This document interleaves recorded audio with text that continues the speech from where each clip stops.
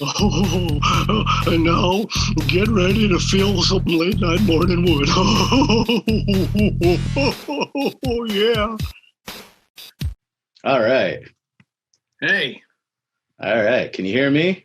I can hear you. Yes. All right, dude. Sounds good. All right, man. So, Jump yeah. right into it?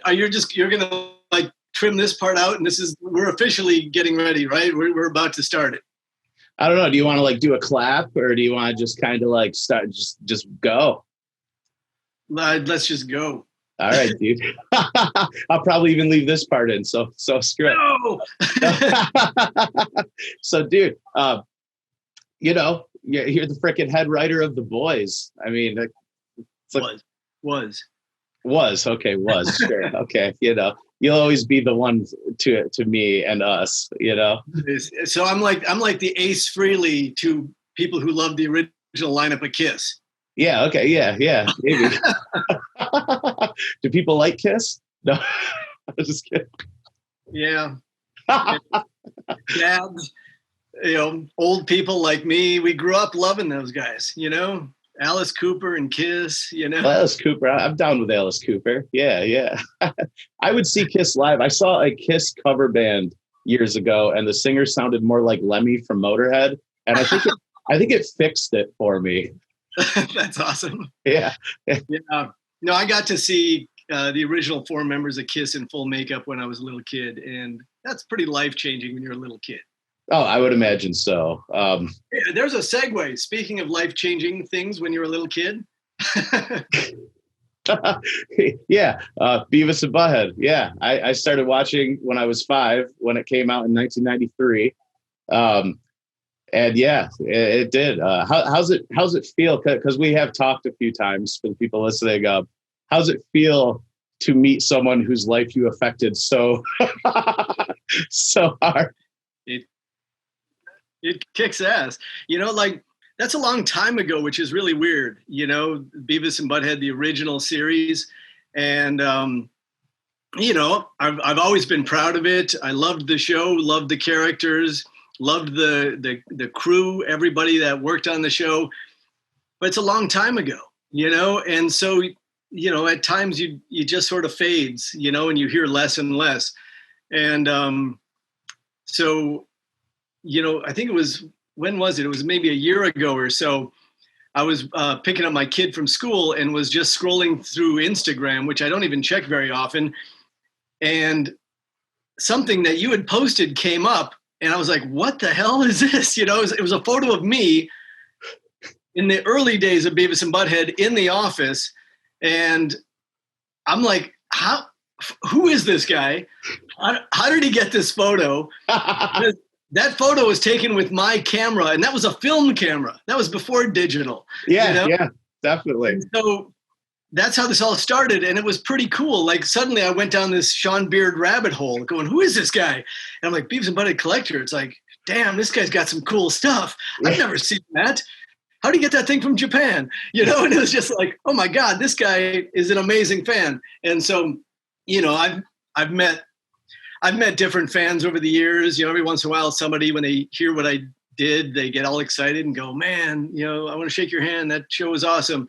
And that's always great. That's always nice.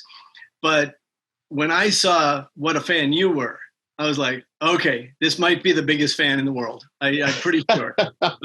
Might be. Yeah. I mean, can you ever say 100%? There might be, I don't know where that person would be. I'd like to fight him. Yeah, I'd like to watch that. Marry her. Yeah, I would love to see that. So isn't that funny? Fight him, marry her. Yeah. But yeah, so I was sort of blown away. So in answer to your question, it was awesome learning that you exist. It's kind of like alien life in a way. It's just like it's awesome.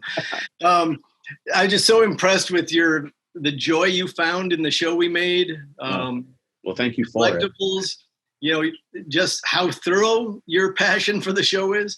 It makes you feel really good that, it's not necessarily a show that, has lost any of its luster when you meet someone like you. No, the show is never, there's never even been like a phase in my life where I was like, I want to put this aside for a while or anything. It's just, but there's such an emotional connection, I think, with it. My mom would watch it with me. And like things were kind of rough growing up and stuff. And I'm positive that the first time I ever saw my mom genuinely like laugh to tears was Beavis and Butt-Head. And I think, there's a big connection there. The first time I got a Beavis and Butt-Head tattoo, it wasn't a thing where I showed it to my mom and she was like, oh, she literally looked at me and she's like, you got that for me, didn't you? And, it's like, yeah, kind of. But I love that. That's the first time you saw your mom laugh. How old do you think you were? Oh my gosh. It was probably 6 or 7, honestly. I saw her smile and giggle before that, but I'm trying to think which episode it was. I know her favorite episode is Buy Beer, which you voice the cop in, and is actually her favorite line in the show because she has seen the entire show with me. And, that you guys aren't drunk, you're just stupid. That I remember just killed her.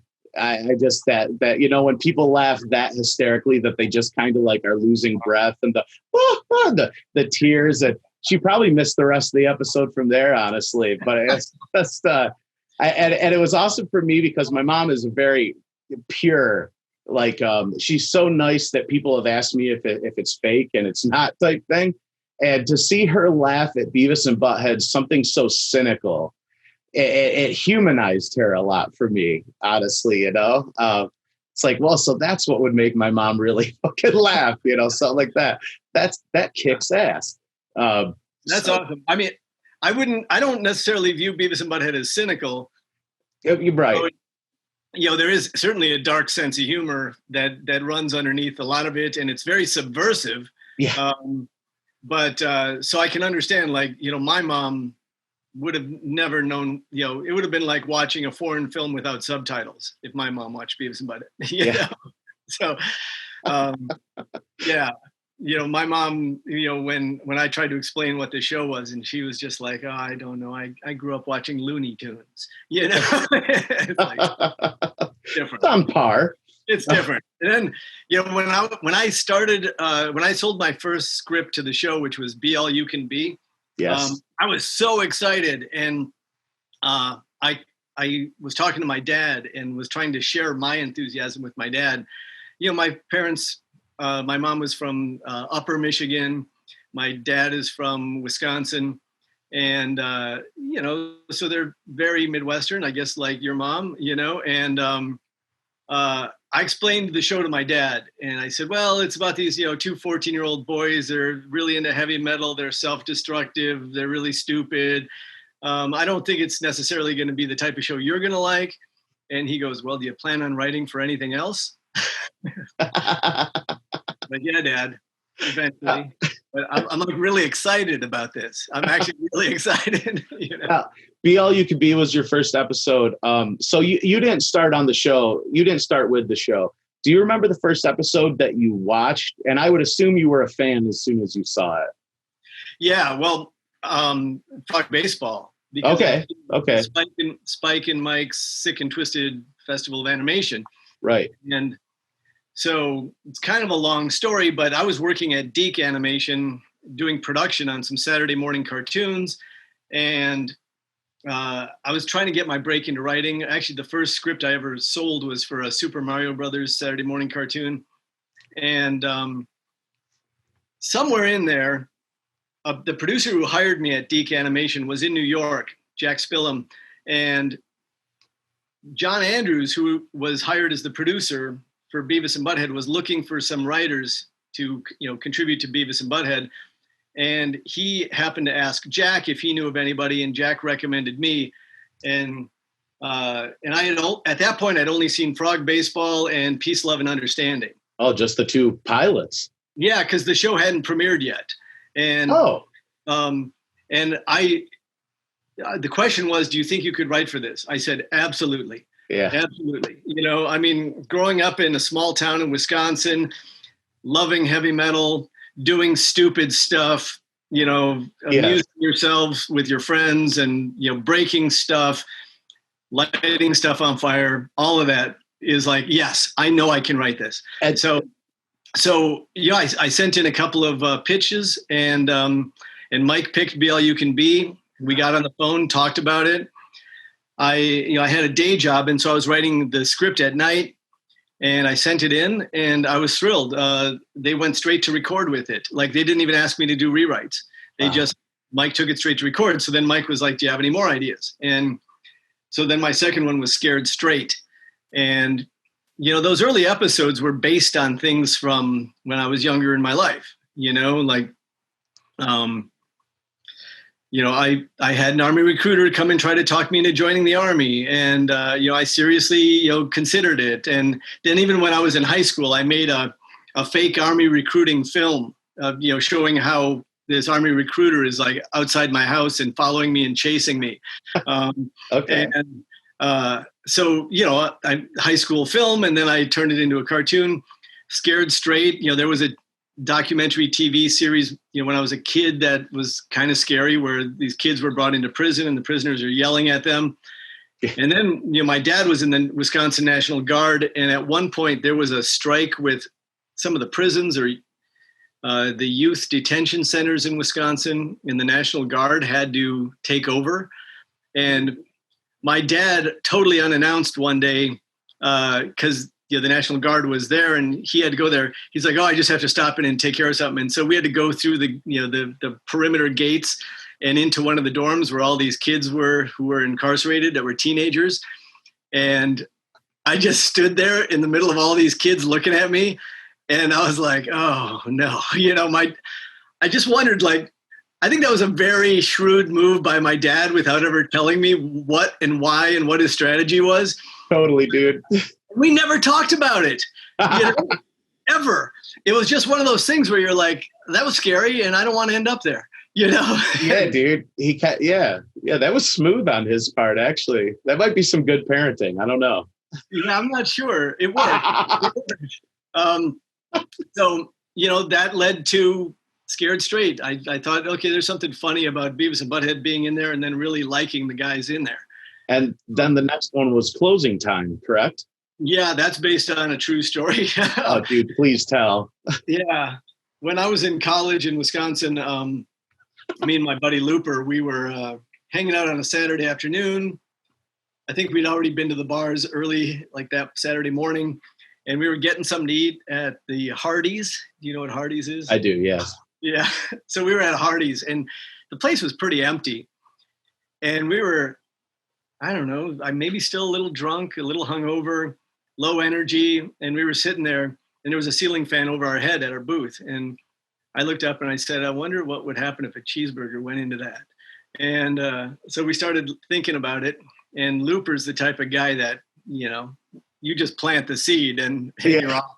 And we actually barely had any money on us. I remember we were like scrounging for our pockets, counting change to see what we could afford. And I'm not even sure. He might have had to ask someone if they had like a dime or something. Anyways, he bought a hamburger then. And we were nervous. So we were standing like towards the side of the fan. And he tossed it up into the fan, and kind of like in the cartoon, it's pretty spectacular. I don't recommend you do this yourself. I love that you guys spent money that you didn't even have to waste the food. Did you each like take a bite first or anything? Like, well, we got to get something out of this, or no? I'm sorry, I couldn't hear the first part of your question. Did you each like maybe take a bite of it first just so you got some sort of? No, you just fucking wasted that money, dude. That's awesome. I feel like that would compromise the aerodynamic integrity of the burger if you were to take bites of it. This was purely an experiment. You wonder what would happen. Well, we're going to find out. So he flipped it up, and sure enough, it went, and we took off. We just got the hell out of there as fast as we could. So, there might be people out there that had to clean up that mess. Probably. Maybe they're still out there. Who knows? Maybe it just fixed itself. Yeah. I mean, I'm sure they saw food all over. I'm not sure how long it would have taken them to notice that. Oh, the fan. Yeah. Okay. So there wasn't someone when you did it that was like, hey. So like you the counter where you ordered, there was like a dividing wall and you went around to the dining room. So I don't know if anyone saw us do it. But I'm sure you guys were cool. The shrapnel was discovered almost immediately by somebody, I'm sure. So that was the third episode. Yes. And then fourth was Ball Breakers, again, inspired by a true story. Yes. Another night. See, back then, when I was starting to write for the show, I just would ask myself when I was coming up with ideas, I would say, what are some of the dumbest things I've ever done in my life? You know, and are any of them funny enough or has something in there that's funny enough that would look good visually? So that was closing time. You know, I knew the visual was going to be good. And Ball Breakers was so stupid. There was an evening out in Wisconsin at a bowling alley. My brother and I were out there, and I think we had some friends also out. As the bowling alley had a bar/nightclub attached. And so you had to to enter the nightclub, you had to walk past where the lanes were. And on That's the way how mine out, was set up as a kid, actually. But yeah, go on. Yeah. Yeah. So on the way out, there was a bowling bag near the front door with a ball in. And I was not of sound mind. It was late at night. And I grabbed it and walked out to the parking lot with it. And I said, let's break it. And Yeah. so we unzipped the bag. And my brother and I mean, first of all, it was a man's ball, so it was probably like a 12-pounder or something. It wasn't like one of those lightweight kid ones. Yeah. You know, it might have been 14 pounds, who knows. But in order to try to get as much height on it as possible, we did the two-handed toss in the parking lot. Boys attempt, yes. Yeah, we threw as we could. Not breaking one of those. It just sort of lands with a dull thud and leaves some nicks on the ball. We tried it a couple of times, making no progress. And finally, I think we kicked the ball and it rolled across the parking lot into the ditch. And we're like, maybe we should get out of here. Yeah. Yeah. So that was better time than any. And those were all episodes that I wrote before I became full-time on the show. And before you had seen anything but the two pilots. No, actually not true. Be All You Can Be was before the series premiered. And then I'm thinking Scared Straight happened around the time the show premiered. And so I was starting to see season 1 on the air while I was writing Closing Time and Ball Breakers. And Mike Judge came to LA a couple of times. You know, we hung out, we went and grabbed tacos and would talk about stuff. And it turned out we both had this mutual love of prank phone calls. And we were talking about prank phone call stuff. And so then I actually made him a tape of ones that I had done and recorded over the years. And he really liked them and thought they were funny. And it got the wheels turning for him. And he said, oh, man, I should have you do some voices on the show. Because he said, you know, a lot of people that was getting pitched to him to do VO on the show were Saturday morning cartoon people. And it was a different tone. It was that, hey, Beavis, let's go. It was just like, that's not what Mike wanted. He didn't want the slam, bang, boom kind of voices. He wanted something that sounded a little more real and grounded in a different part of the country. And so somewhere in, you know, what's interesting is, you know, when I see like on Internet Movie Database or the King Turd Collection or whatever, where they list the seasons, those aren't how I know the numbers of the seasons. Yeah. But I'm going to show you. These were our productions. These were our series breakdowns, for each season. And so those were, in season 1 and 2. And then I joined at the end of season 2. But that's not the same as what other people consider their season breaks, because other people, I guess, base it on when the episodes aired as opposed to when they were made. Well, yeah, because to the fans, season 1 is 3 episodes, not including the pilots being rehashed. Yeah, and actually, It's 29 episodes by what our internal document from back in the days. That makes sense, because those are all the ones that J.J. Settlemeyer did. Yeah, and he also didn't he do some of season 2, or maybe not? Well, I asked him that, and he couldn't quite recall. But my theory is that he did true crime and sporting goods, because they look kind of in that style still. But they are a little. But I would say they're on the style with Be All You Can Be, because that aired towards the end of that run, and it's one of the ones that is drawn on the better side with like Washing the Dog and No Laughing, compared to say like Burger World and the Drive-In episodes, which are like very, very sloppy and serial killer-esque, you know. That was part of their charm. It was so shocking. I loved the way those early ones looked. I mean, I'm glad that it didn't last for the rest of the series. I don't think it would have worked, but for the episodes where they're huffing stove gas and stuff, I don't think it would have worked as good if they were drawn in, say, season 6, you know? Absolutely. There, you know, animation didn't look like that back then. And MTV was trying to be slick and glamorous. And yeah, they were. Yeah. Visually, it was shocking. You know? It scared me the first time I saw it. That's exactly what should happen. Yes, but then I couldn't stop drawing them. You know? Just like when I saw Kiss the first time.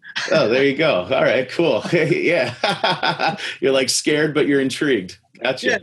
Yeah, what better feeling? Yeah, it's like a good, death metal band too. You know, the first time you hear it, you're like, I don't know if I should be listening to this. Like when I was a kid, Iron Maiden, Number of the Beast, that album, I was so drawn to it. But, I was brought up, going to a Lutheran grade school. And you have the devil on the cover of that album and, the Number of the Beast. But eventually I had to have it. So I went to the little drugstore in my town that had a small record selection. And when I went and bought that LP, I was genuinely nervous as a little kid, my heart pounding, like, am I doing something wrong buying this? I think that's one of the greatest feelings of my youth, is feelings like that. And I think Beavis and Butt-Head represents that better than no other. I mean, after the controversy, my principal called my parents down, acted like he had seen the show, said that they were like mauling cats and shit like that. And my school literally forced my parents to make me go to therapy because I had seen this show and I seemed to be too into it. And I don't get why, because I obviously turned out okay. But Beavis and I don't think there's that much left, because as much as Family Guy has gained popularity, I don't remember any controversy. I don't know anyone who wasn't allowed to watch it. It was like Simpsons, The Boys, and then South Park. And then I feel like the South Park movie just kind of wrapped it up in such this perfect, satirical package that cartoons don't really offend anymore. And they're more offensive than ever, arguably. Yeah. No, that's true. And it's all very interesting that way. When I was working on the show, Beavis and Butt-Head had plenty of parents who didn't approve of the show, didn't like it. And people would sometimes ask me, like, well, how old do you think a kid should be until they can watch the show? And my safe answer, my general rule of thumb was, you should be older than Beavis and Butt-Head. Okay. Because if you're younger, you might not realize how stupid they are. That was my logic. So what's interesting is that you started watching it at 5, and I would have cautioned against you watching it. But what's really exciting is you've turned out pretty cool. Thanks, buddy. Yeah, so any fears I had, I think we're good. I'm living proof. Beard, you make anybody else's beard look pretty lame. You just all right, dude. This is about you. Come on. I'm going to shave this garbage off after this. My eyes are up here, Chris.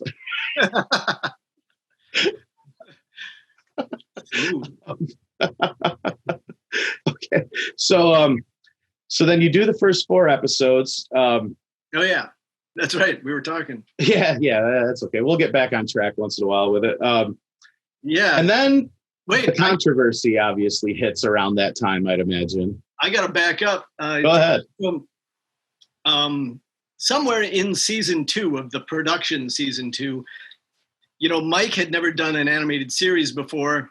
and MTV pieced together an animation studio slash, staff for Mike.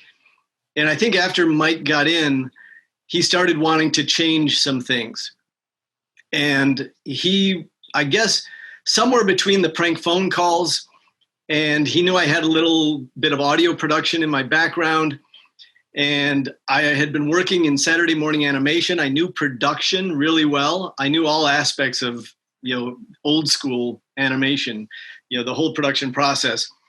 And Mike was getting crazy busy. I mean, there just weren't enough hours in the day for him to supervise everything.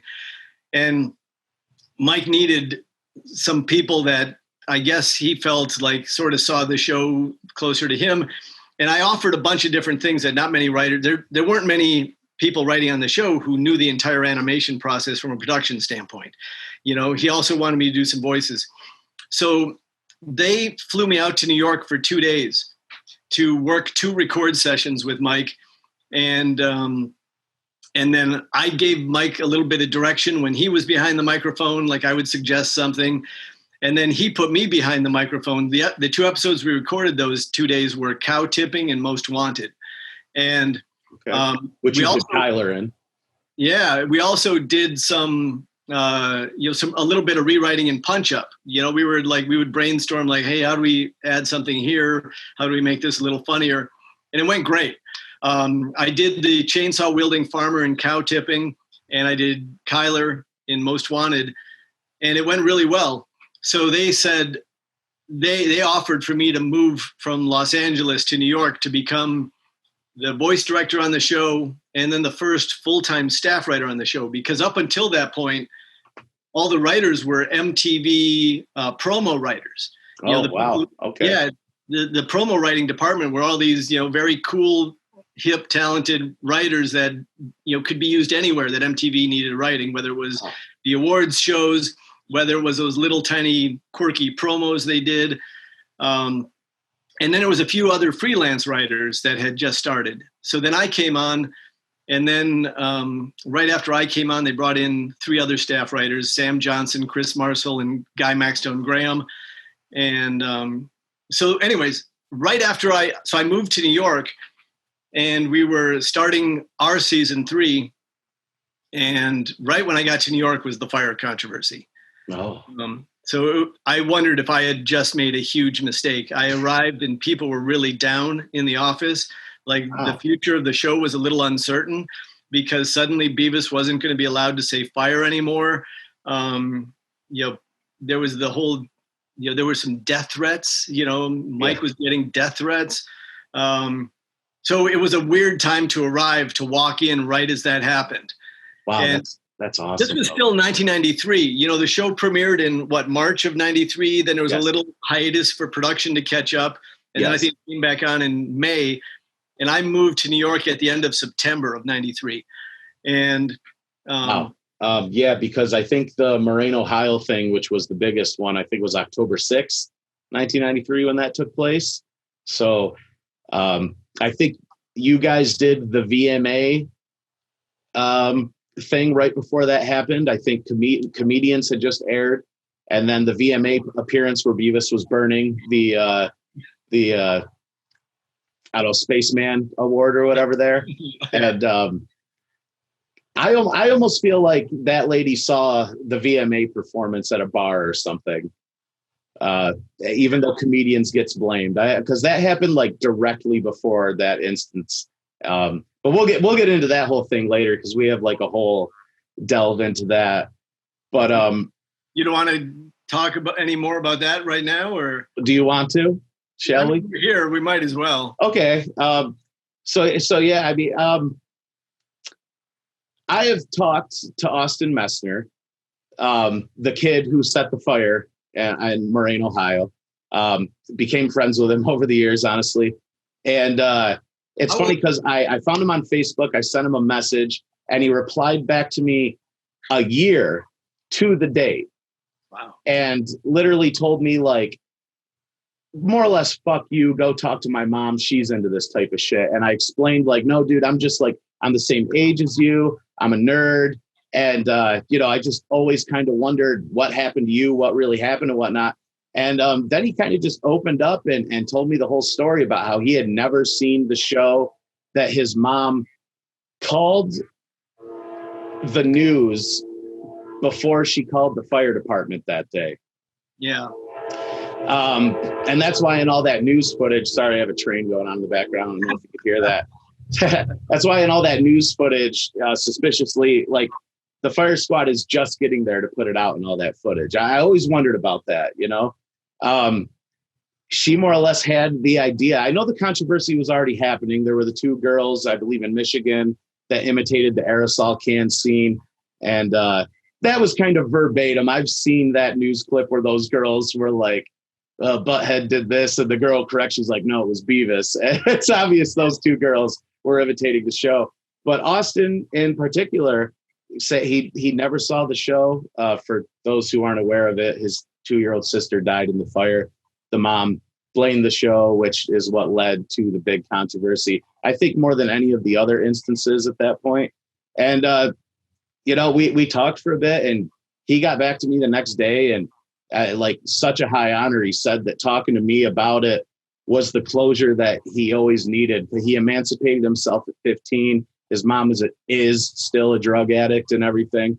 And I never really went public with the whole story. And then he got a hold of me and wanted me to kind of reach out to all of you and tell it, because he wants you guys to have closure, that it didn't happen the way that it's documented, you know? I mean, I appreciate that. And I appreciate you for telling me that story, because I didn't know whatever happened there at the end of the day. You know, I think we all firmly believed that the show wasn't responsible, but you know, we never had the confirmation from the people involved. It just, you know, a lot didn't seem right about it. Yeah. And so that's awesome. And that's another great thing about getting to know you and meeting you, that you know stuff that I never knew. You know, you're this walking encyclopedia of the show. And that's a real way that we're able to him, and you were able to help him. And I'm sure everybody on Beavis and Butt-Head that, you know, even though we all thought that, you know, well, we don't think we should have been held responsible for that. There is something nice about just hearing from the source that, that was wrong. So yeah, it's I'm glad. I mean, it's an honor for me to be able to relay the message, dude. That was a big moment in my life, just to be able to talk to him, and we still converse here and there. He never watched the show. Obviously, he didn't watch it since. I mean, his mom blamed him for it after the years, you know, just a real terrible person. And he had me explain a few episodes, because of course he's always been curious, but he doesn't want to watch it. I mean, yeah, you know, and he was cracking up just like in my descriptions of the episode and stuff. And it was really cool to know that if this didn't happen, that the kid probably would have really enjoyed it. Of course, he's my age now, in his 30s. But yeah. It's so awful though, because I mean, obviously he's had a difficult life, and you know, it just probably really got more difficult for a long time. So I feel bad for the guy. I feel terrible, but yeah, he's turned out pretty fucking awesome. Honestly, he's pretty sweet. I'm happy to hear that. That's awesome. Yeah, definitely, dude. Yeah. But back to just the fact that you came on, you weren't overtly familiar with the material. And I think that's why me and a lot of the fans really give you a lot of credit. And just hearing your stories about the first 4 episodes, I mean, you really came in, and I've always took, and correct me if I'm wrong, I always took Mike as more of an observer, you know, type of writer, like, but you came in and you almost kind of are Beavis and Butt-Head in a lot of ways. Obviously, you grew up to be quite a success, as they wouldn't, but I mean, those stories kind of confirm it. Yeah, it's funny. I mean, I did so much stupid stuff and fun stuff and cause mayhem. Like, here's the thing. I was a good kid. Like, I was the youngest of 3 boys. You know, my oldest brother had a fairly troubled life, and he got into his share of trouble. Then my middle brother sort of introduced me to, like, those glorious things when you grow up in a neighborhood, in the middle of nowhere, like, Ding Dong Ditch. Yeah. And so, oh my God, the adrenaline rush of that at first, and that leads to just more stuff, and so, even though, and my parents got divorced when I was like 13. And so a lot of my teens, I guess my way of acting out was to, go and, do pranks and things like that. Yeah. Make yourself laugh. Yes. Yeah. And I mean, there's all that dumb experimentation you do, like, fire, everybody does a little, maybe not everybody, but I'd like to think. I can't endorse it by any means. Somebody like me, it's just luck that nothing bad happened. You get scared and hopefully you learn and you make progress. I liked, man, I don't know if I should even be saying stuff like this, but but like there was a period there where, we all had lawnmowers with gas cans, and I thought it would be cool to put some gas into an Elmer's glue bottle and then do a zigzag down the road and then light one end and watch that fire go down the road. And that's pretty amazing, doing that at night, when you shouldn't be doing that. And, you ever try running from the bright glow of a fire? I can't say I have, dude, but I like how most of your things are truly experiments at heart. Yeah. First of all, you can't outrun the glow of a fire. I remember trying to run and not be seen from the zigzag of gasoline fire on the road and seeing a massive shadow of me running on the trees up ahead. It's like, that's beautiful. I'm surprised that never got put in. Well, the fire controversy. Well, okay, sure. Yeah.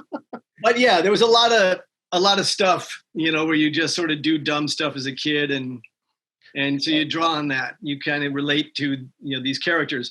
And then the great thing is, once I had started writing episodes and got a stronger feel for the characters and for Mike and what Mike liked and responded to, well, then the characters start to take on a life of their own for me. And then, suddenly you can imagine them in all sorts of settings, and you get to a point where exactly what they would say, what they wouldn't say, how they would react. I could see that, because they are predictable in a sense. The characters, when they were like finally realized, I would say, I mean, they kind of write themselves to any situation. And I know I'm not the writer, but I can only, it happens to me throughout days of my life. A scenario happens and I respond as the boys, and I'm like, yeah, that's exactly what they would have said to that, And, yeah, well, I feel like, if you had been older, that, not 5 years old, but you've channeled the boys for so many years that you probably would be a good writer for the show. But you'd be surprised, I was the head writer from seasons 3 till 7 till the end of that run. So all the writers who were pitching episodes, all that had to go through me. And then I would, select my favorites and then present my favorites to Mike for his approval or rejection, and then go back to the writers and give them feedback and all that. And, there were plenty of writers who were huge fans of the show, but didn't know how to write them. Yeah. You could just tell when somebody inherently got it, and then some people would sort of misinterpret, that, they're not mean-spirited kids. No. And sometimes people would write the humor from more of a mean-spirited place. That's just one example. So I think the comic book is a good example of this, actually, where it's not in tone with the show, but its heart is in the right place, but it just misses on so many levels. Yeah. I never read all the comic books at the beginning. There were Beavis and Butt-Head writers who were writing some of those early stories.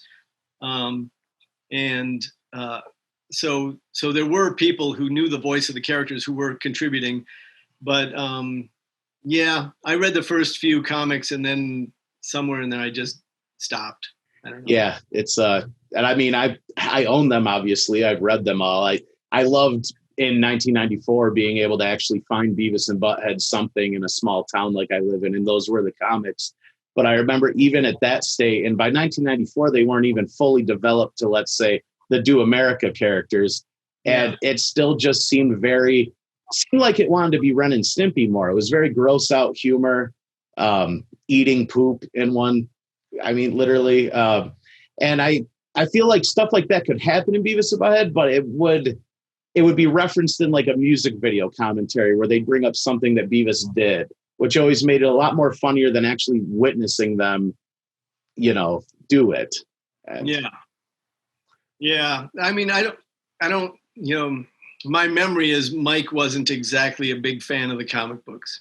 Good. But, and look, I can't speak for Mike, but that's my memory. I certainly know that, when the artist from Marvel, when he would put his name on the artwork, he would draw Beavis and Butt-Head and put his name on it. That did not go over well. He still takes a little more credit than he should, but hey, that's what it is. We'll probably segue away from that one. Yeah. So anyways, after that fire controversy, suddenly Beavis, we were trying to figure out, well, what do we do with Beavis now? Beavis didn't have a fully fleshed out personality. No. And he was fire. Yeah, fire was a defining obsession of his, and suddenly we couldn't do it. And so we started, trying to figure out what else we could do. And it came back to Most Wanted. Yeah. And that whole riff of him with the gum wrapper and the fly, this weird moment of Beavis hearing voices and suddenly having clarity about something. We thought that was really funny. So there was an episode called Generation in Crisis. Yes. And we were at the record session and something in the script wasn't working right. And we were sort of getting hung up on it. Mike was sort of hung up on a scene and was just like, I don't like this. Let's figure this out. So we started talking and riffing, and somewhere in there between like me saying something about how kids spazzing out and just making weird noises, and then Mike said something about, he goes, oh yeah, we used to have this thing, Cornholio, and was it like a name from Mike's distant past, and so we started sort of circling something there, and we thought, okay, that's funny. This documentary filmmaker's following him, and the kids just start saying stuff that makes no sense. Yeah. And, doing these weird hand gestures and things like that. So that was obviously the first time anybody had heard Beavis say Cornholio. Yeah, that is the first Cornholio episode, technically, Yeah. And we just thought, okay, that's funny. And that was new territory for Beavis. And then soon after that, at the end of season 3, we were short one script to complete the season. And we were at the recording session. We had just finished recording the second to last script. And we were trying to think, well, what could we do? And we remembered back to that from Generation in Crisis. And then I said, that's really funny. And we were trying to figure out, how do we justify? I mean, now he can't sniff gas. He can't, huff paint, all that stuff, and I said, you know what? There was just something in the New York Times about how a study said sugar doesn't cause hyperactivity in kids. And we were both laughing, going, that's bullshit. It's so obvious that it does. Yeah. Yeah. And so we kind of thought, okay, there's something there. Let's do something with that. So when we wrapped for the day, we talked about the basic idea that, like, let's get Beavis, just wired so he can act weird. And then, let's just come up with a structure and a framework, and then we'll come in tomorrow and just write it as we're recording it. So I went home that night to my apartment. I wrote, those episodes had 4 acts. There was like the intro, went to music video, second act, then commercial break, third act, music video, and then the 4th act to wrap up. So I wrote acts 1 and 4 of The Great Cornholio, Stuart's house, Stuart having diarrhea, breakfast burritos, all that. And then the final act where Beavis has crashed and is in McVicker's office. And then all I had Here, check this out. Oh, This is one of those. If Beavis and Butt-Head was to ever go in the Smithsonian, this is one of these things. This is that script that I wrote that night. oh, And so with some take notes and some record notes scribbled on it, or some rewrite notes, I should say. Look, this is all I wrote for Act 2. I just was sitting in my apartment going, what would sound funny in that voice that Beavis is doing, that Cornholio-esque voice? And you know what? Hopefully everything is okay to read here. But anyways, I don't know if you can see any of that. I'm going to have to get pretty close.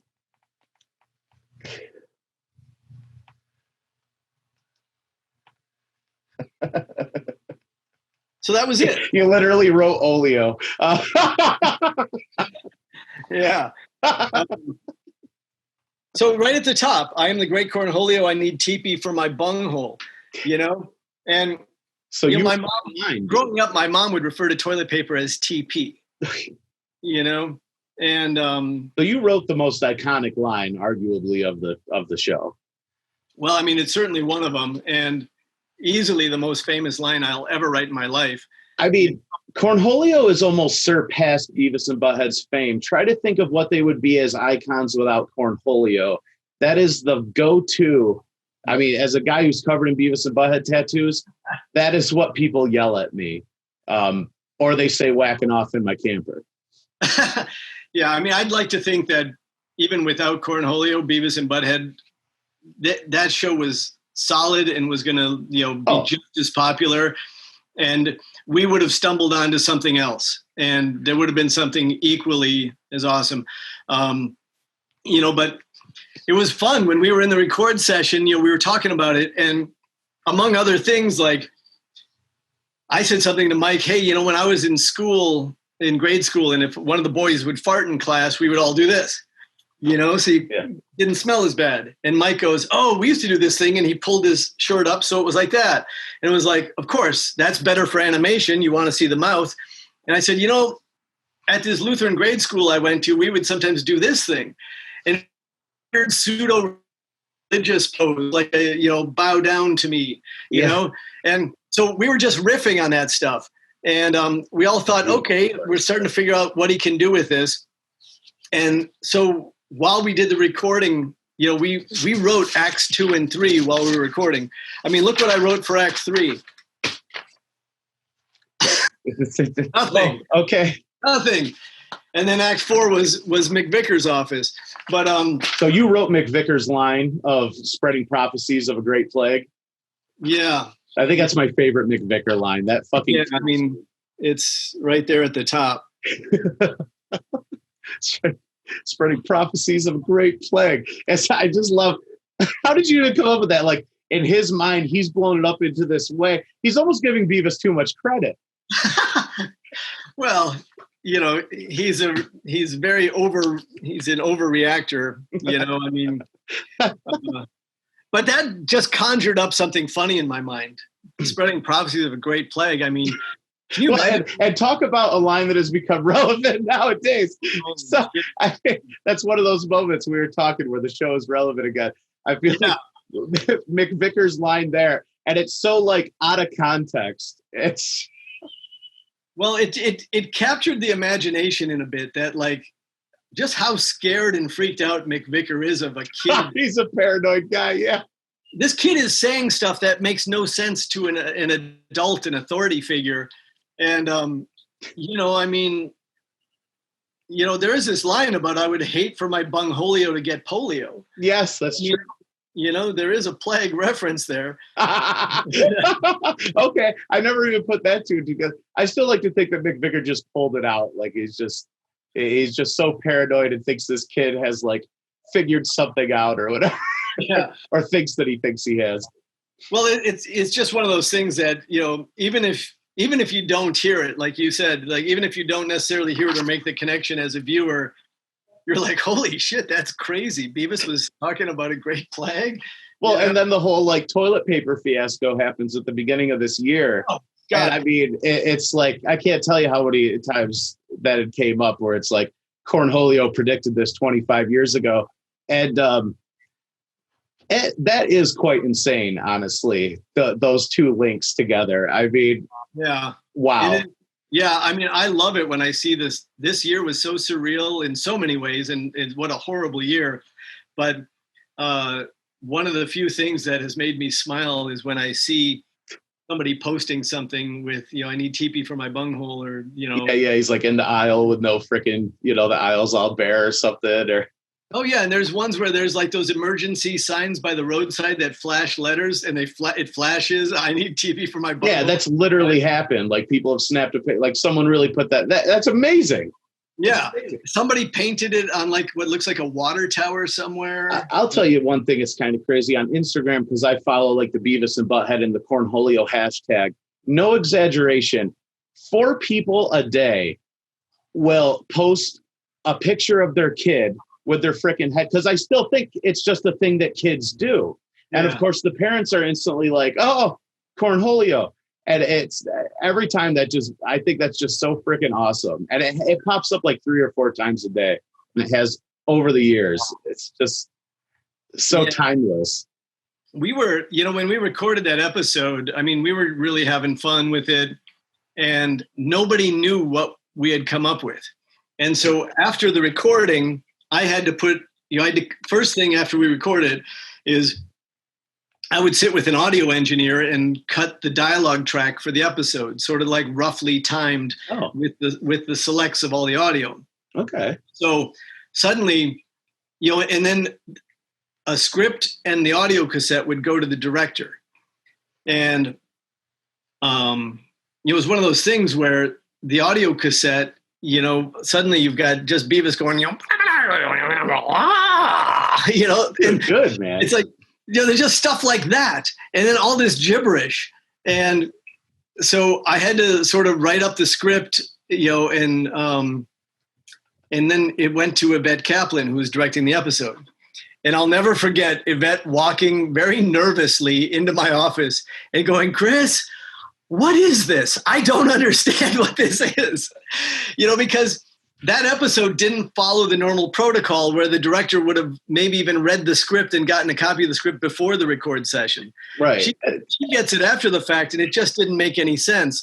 And I had to say, Yvette, trust me, I think this is going to be really funny. And so I started talking about what Mike and I talked about at the record, what Mike responded to, what he really thought was funny, and Mike brought all that stuff about, the great Cornholio, I come from Lake Titicaca, and Are You Threatening Me? Those were all Mike, the iconic lines for Cornholio that Mike immediately introduced.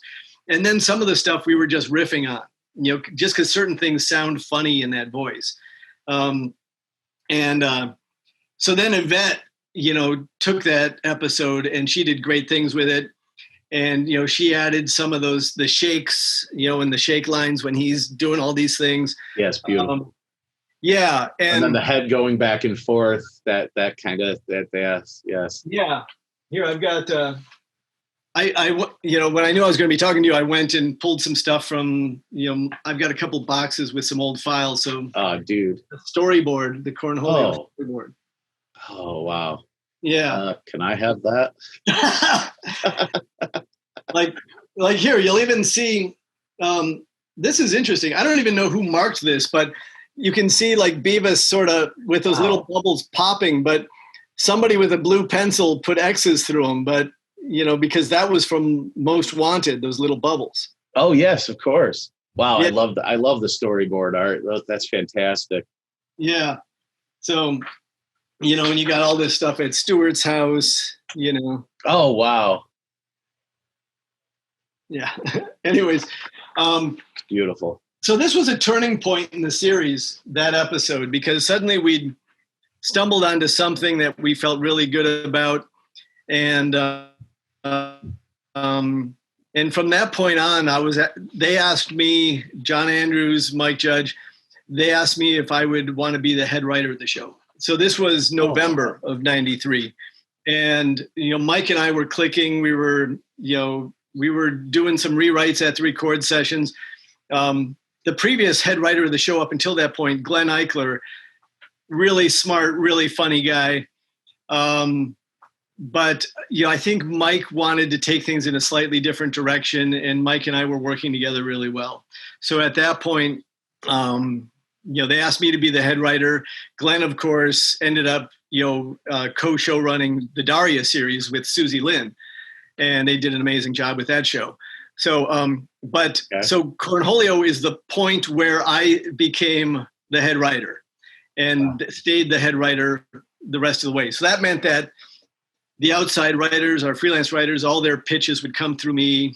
And like I said, I would bring them to Mike, my favorites, work with the writers to get the drafts ready for records.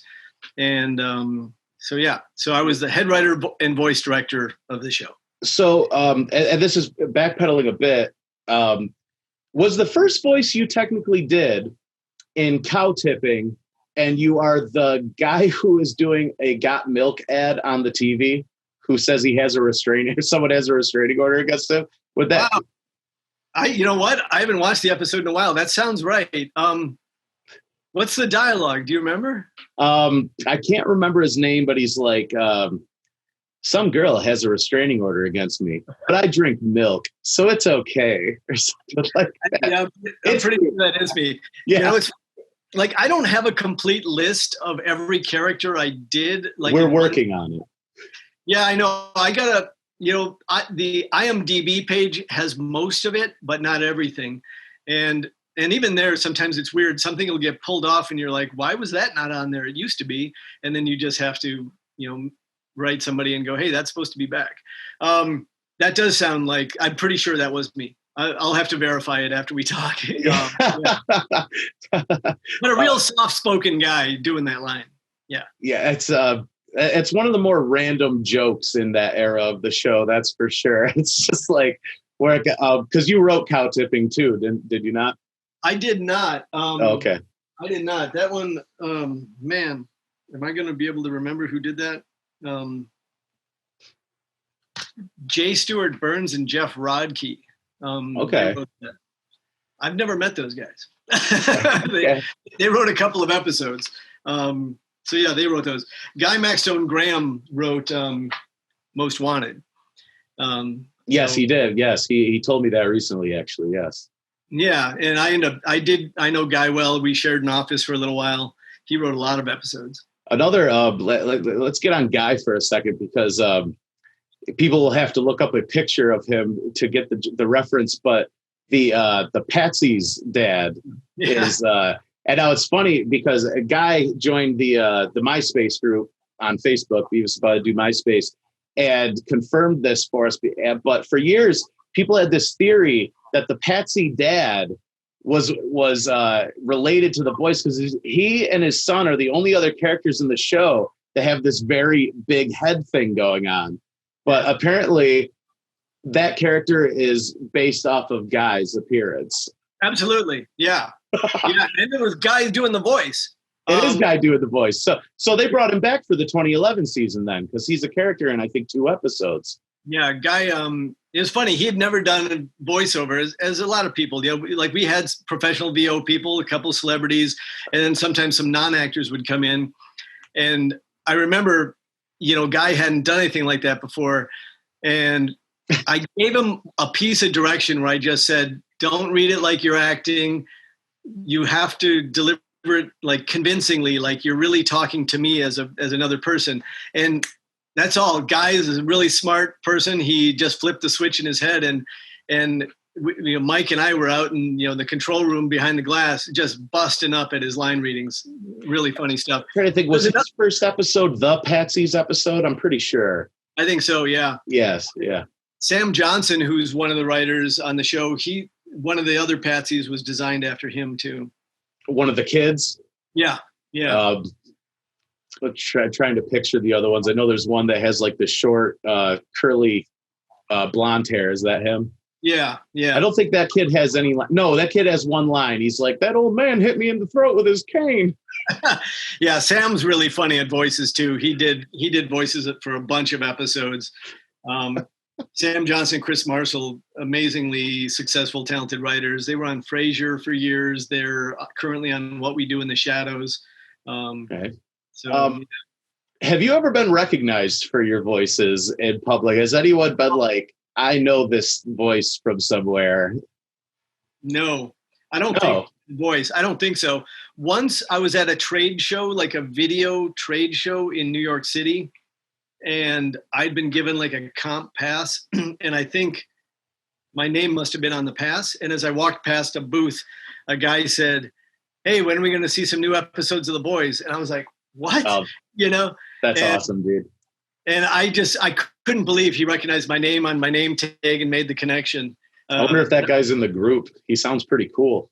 Yeah, he worked for a company that did, I think it was audio gear, and it was also waterproof stuff.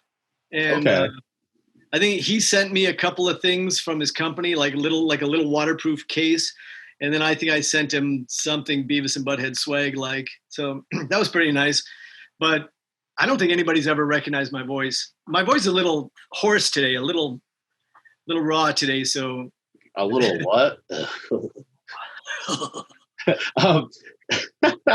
I guess I wanted to segue from the controversy into this, but you told me that outside of Cornholio, your proudest episode is Lightning Strikes, correct?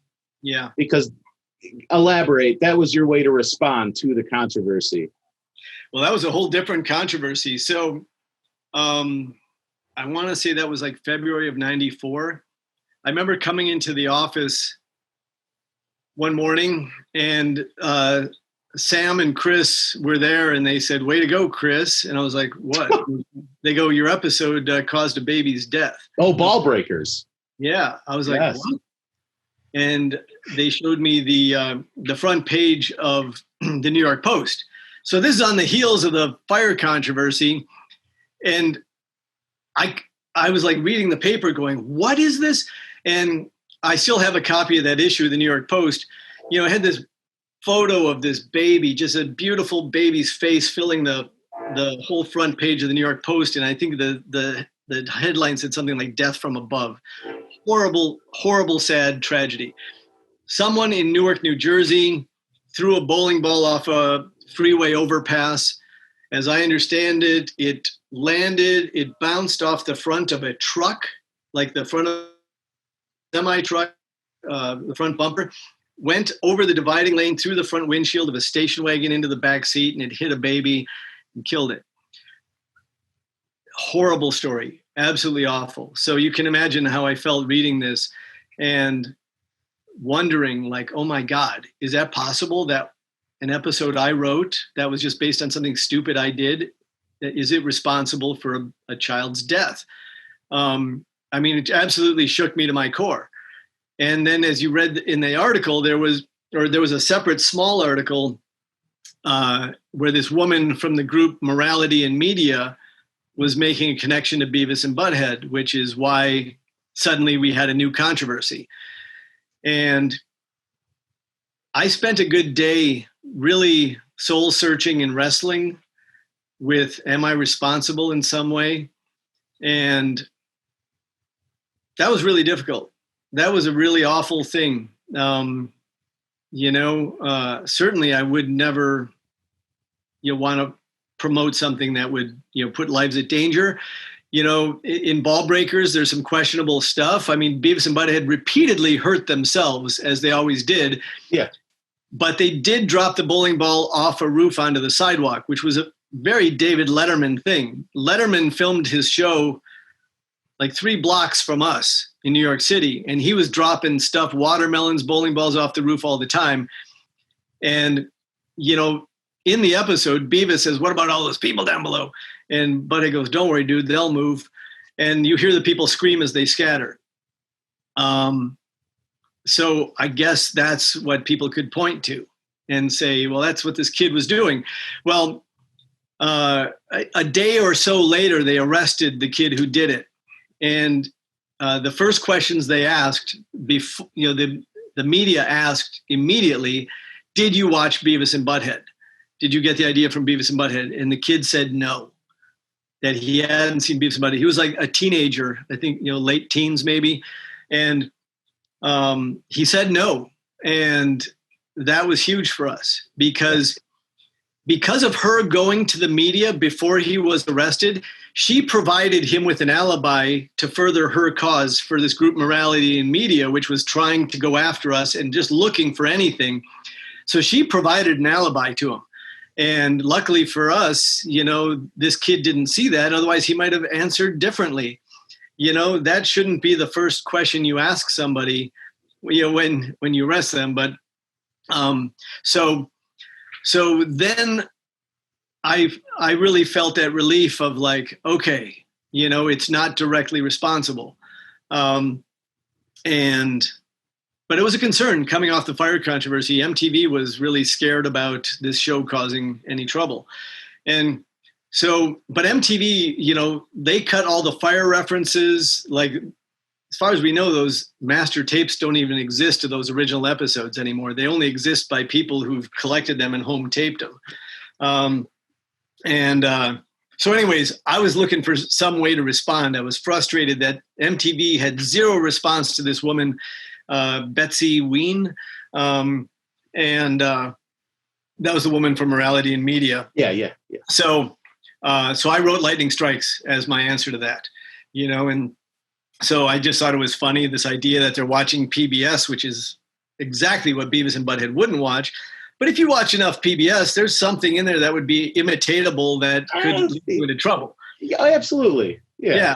So Ben Franklin, why not? And I just loved how, I'm trying to remember, was that Yvette who directed that one as well?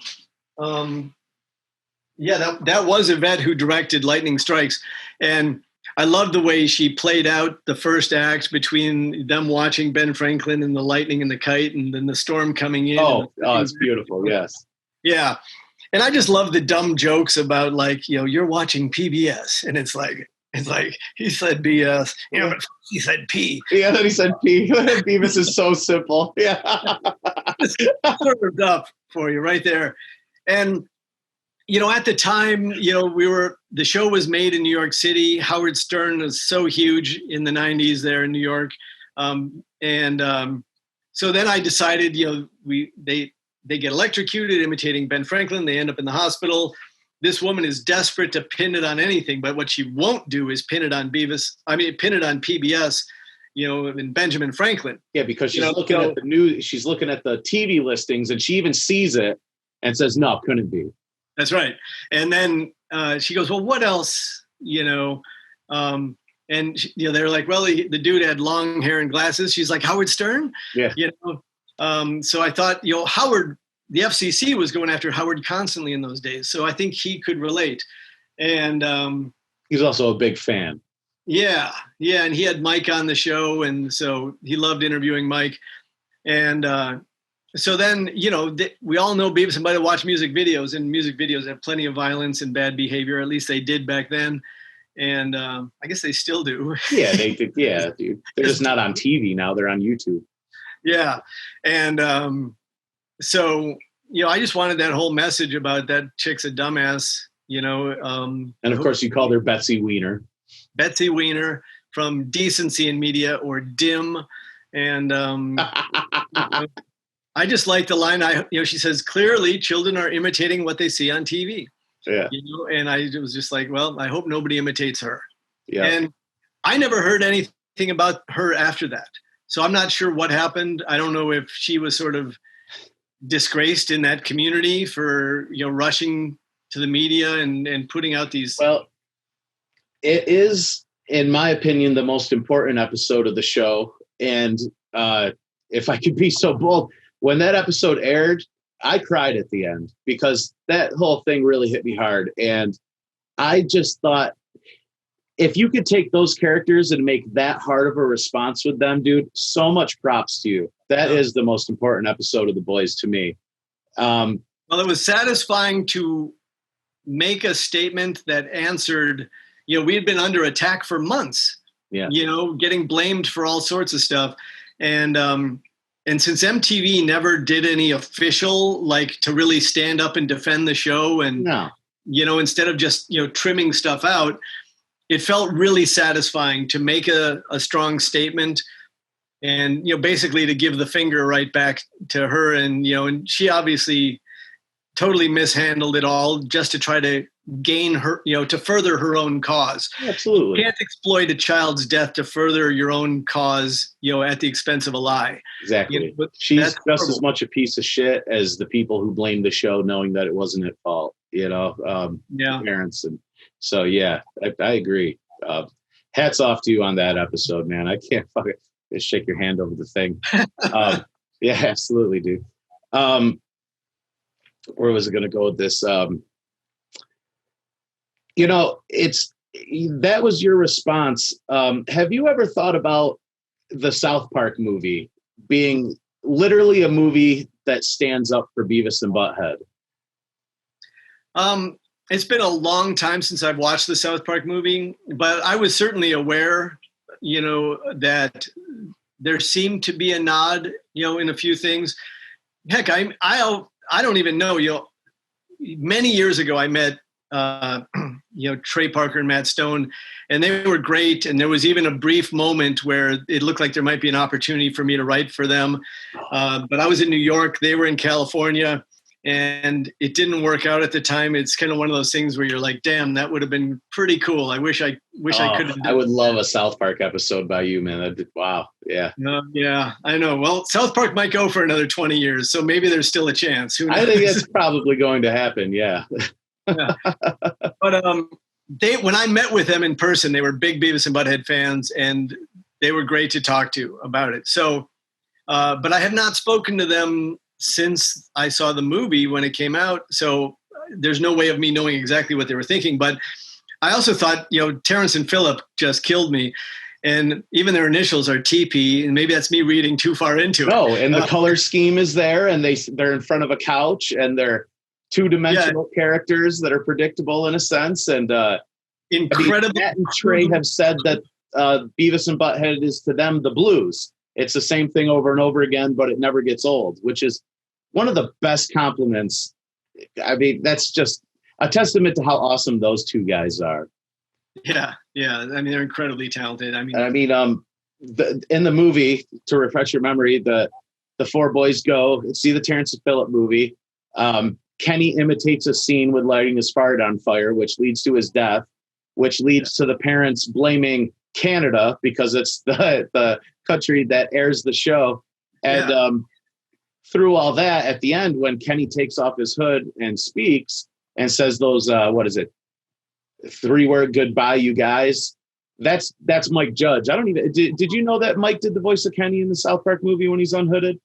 Yeah, I remember that he did the voice. Yeah, but I hadn't thought about that. Yeah, so it just, for me, as I'm sure you can imagine, especially when the South Park movie came out and me being such a diehard Beavis fanatic and just especially obsessed with the controversy and the censorship and everything, I never felt like a movie was more made for me than the South Park movie. And I will say that the South Park movie is my favorite and the Do America is my second favorite, just because the South Park movie is about Beavis and Butt-Head to me. And it's just after that, as I said earlier, they stopped kind of targeting cartoons. I mean, Columbine had just happened. It was like at its peak almost when Columbine happened. And then that movie just kind of shut everybody down. And it really hasn't been the same since. And I just love that.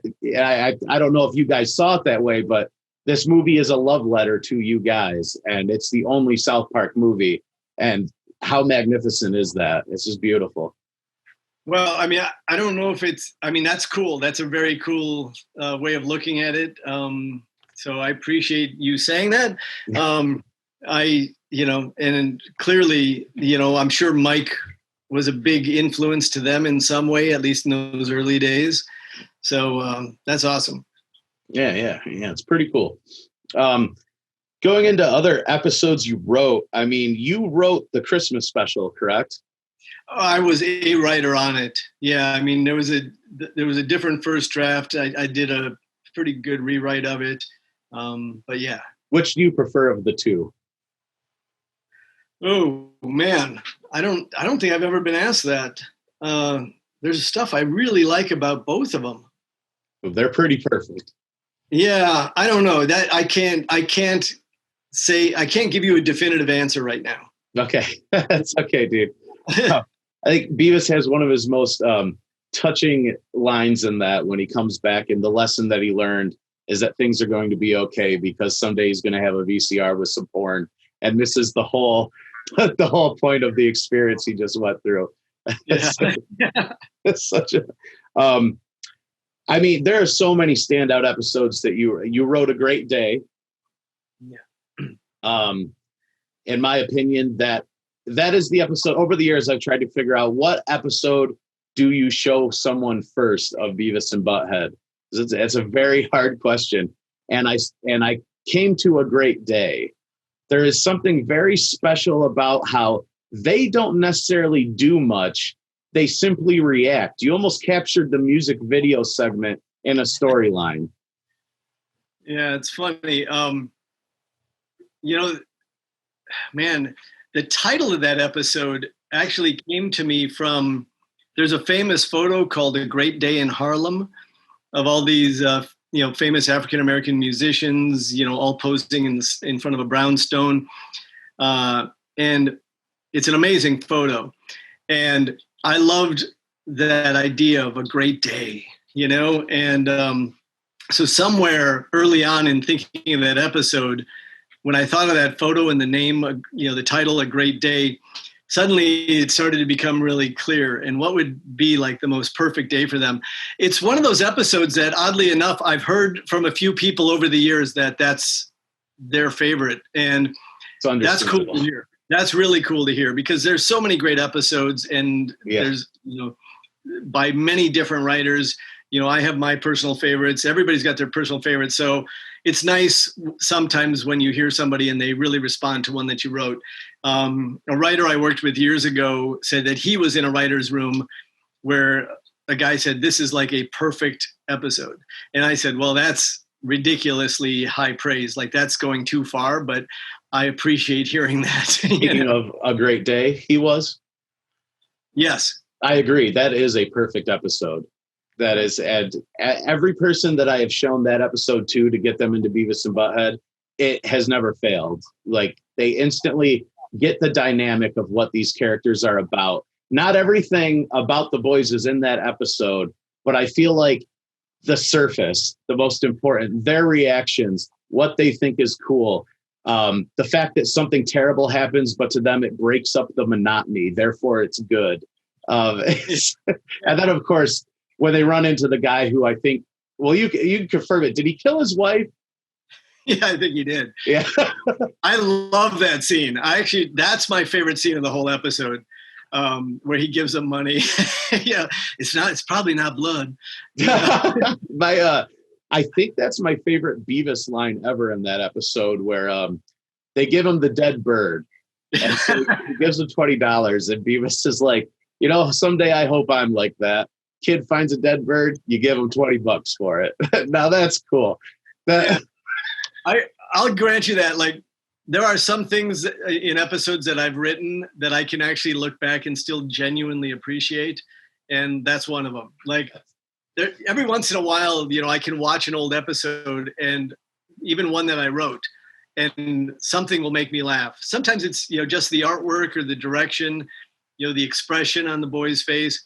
Every once in a while, it's maybe something I wrote, or it's even better how Mike delivered it. Absolutely. And that is one that scene I really like a lot. So it's funny because I'm sure a script for Beavis and Butt-Head, which you have shown me a little bit, the lines are simple. Like I read back the one you showed me and I laughed out loud, which I thought was a testament to how brilliant the writing is, but I could picture the delivery as I was reading it. Yeah. But I'm trying to think of someone who doesn't know who Beavis and Butt-Head are. And some of these lines, it's just, that was cool, and it's like, without that delivery. Yeah. The delivery truly is almost everything. It's, I mean, just like with the characters, their laugh is a rhythm, for them. And so sometimes even when I was writing the scripts, I would sometimes even add in, or in my notes back to the writers would put a ha-ha or a ha-ha, or sometimes, if it was a hard laugh by Beavis, it was H-E-H-E-H-E-H-E-H-E-H, Okay. Exclamation point. And it seemed like an insane thing to say, add ha-ha, or, because, it's going to happen anyways. But it was, it was a rhythm thing, Yeah. and it was just sort of a reminder, an indicator of the spirit of the line. Like, if Butthead says something and it's got the, it's like, obviously he thinks it's funny in a clever, dirty way. Yeah. And so, yeah, you have to know the voices. You have to know Mike's delivery of the two characters. Absolutely. Sometimes really get it on the page. Otherwise, I think it would seem really stupid. There's plenty of parents who didn't get the show. They just thought it was a dumb show. That it was just two stupid characters going, ha, ha, ha. Yeah. I still hear it. Yeah. Yeah. I had a lady come into my old job and just like, most people who see my tattoos, it's polarizing. It's either like, fuck yes, or like, oh my God. And I think my favorite negative response was a lady that just goes, what, did you get those when you were like 8 or something? And I'm like, I probably wanted them since I was 8. So that's awesome that in that town, kids get tattoos at age 8. I don't know where this lady was landing on that one. One episode you wrote that has never made it to DVD is Screamers. You wrote that one, correct? Yes, sir.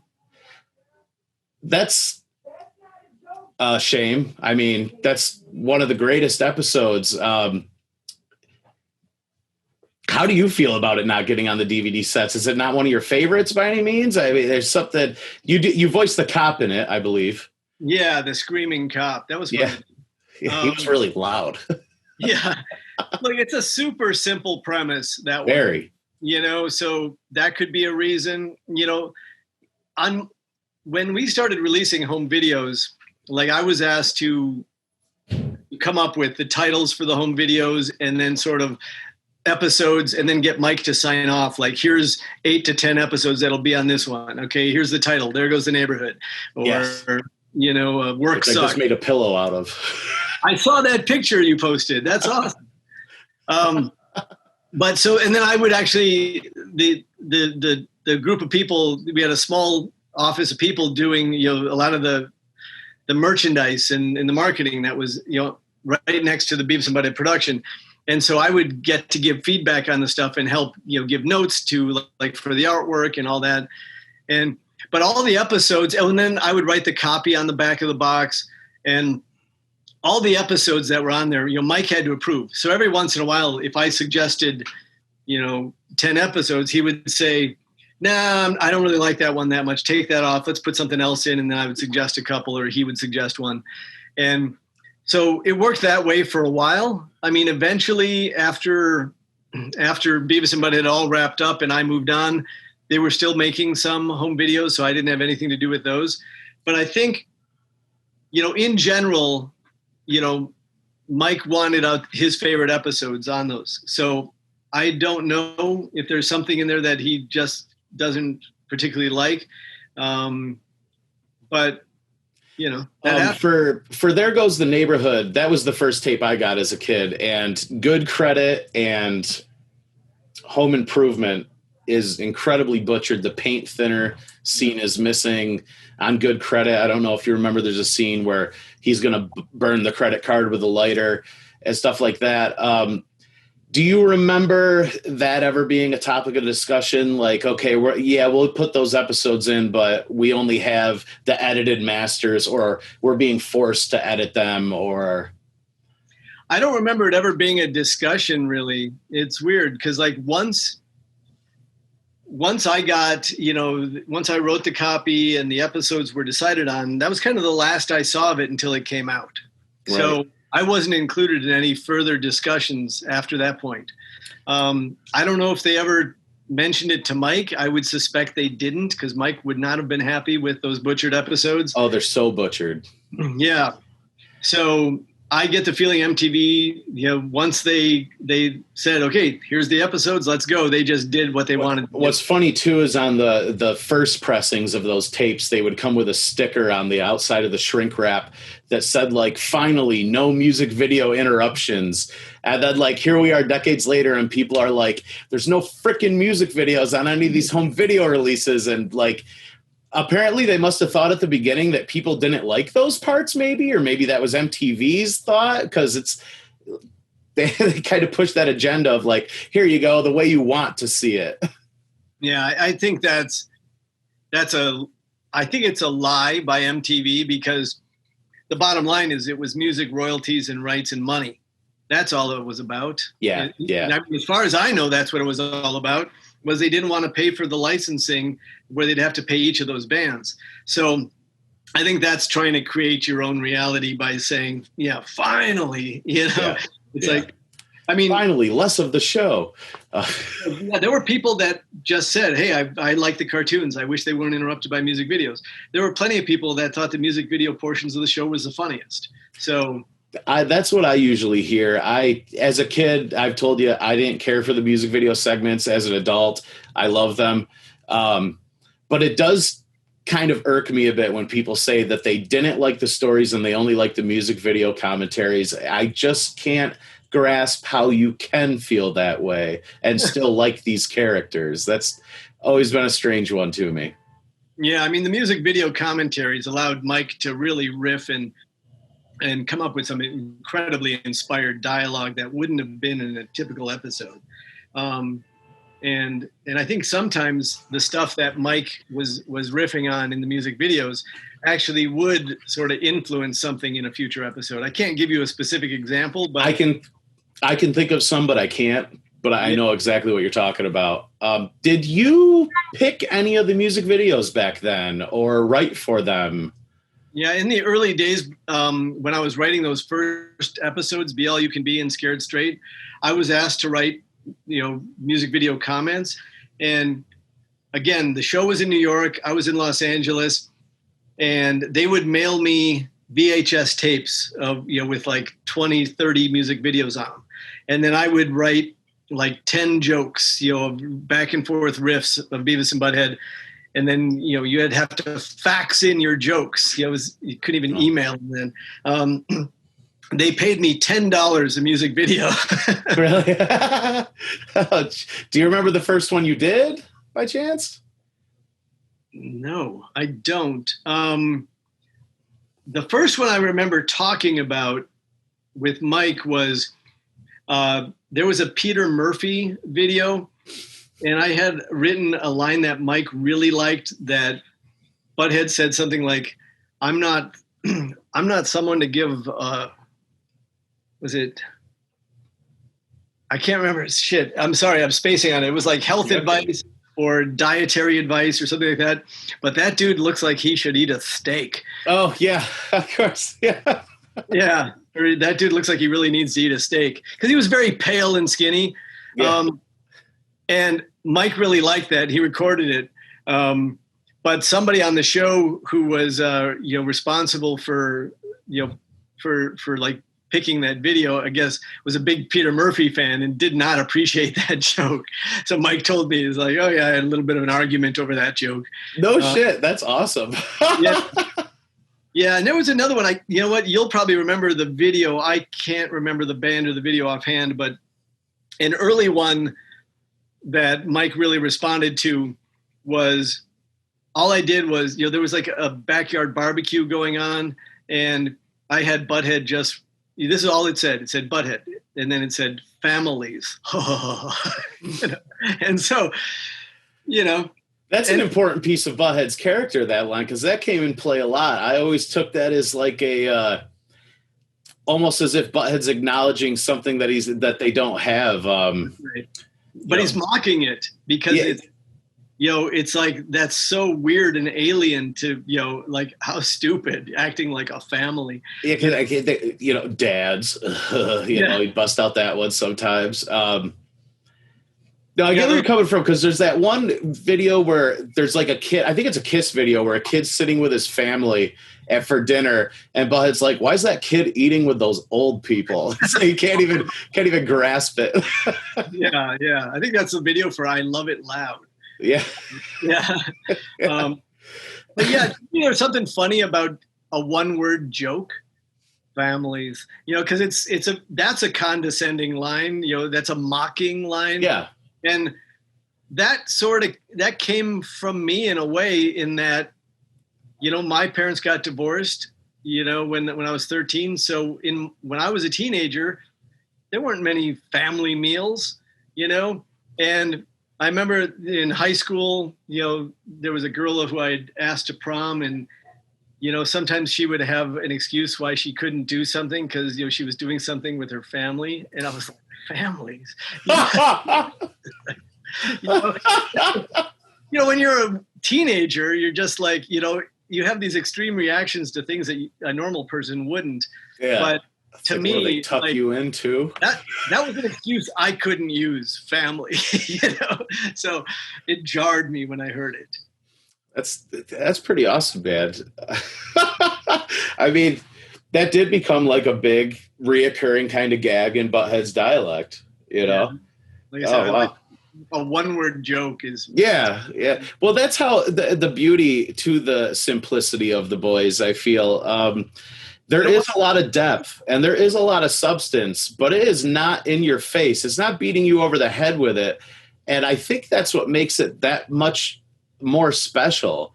I mean, there's certain episodes that make me tear up to this day. The movie, when they find their TV, I couldn't be happier for them. When they meet their dads and don't realize it because they're too stupid, it always gets a tear out of me. The end of the one Christmas special where it turns out that they're actually working on Christmas Eve, but they don't see it that way. They're not missing anything, really. What's that? They're working on Christmas Eve, but they're not really missing anything. No, they're not. No, I mean, that's the thing. There's like 4 different ways you can take that whole thing, because it doesn't beat you over the head with it. It literally pans out and says, Burger World, we're open on Christmas Eve.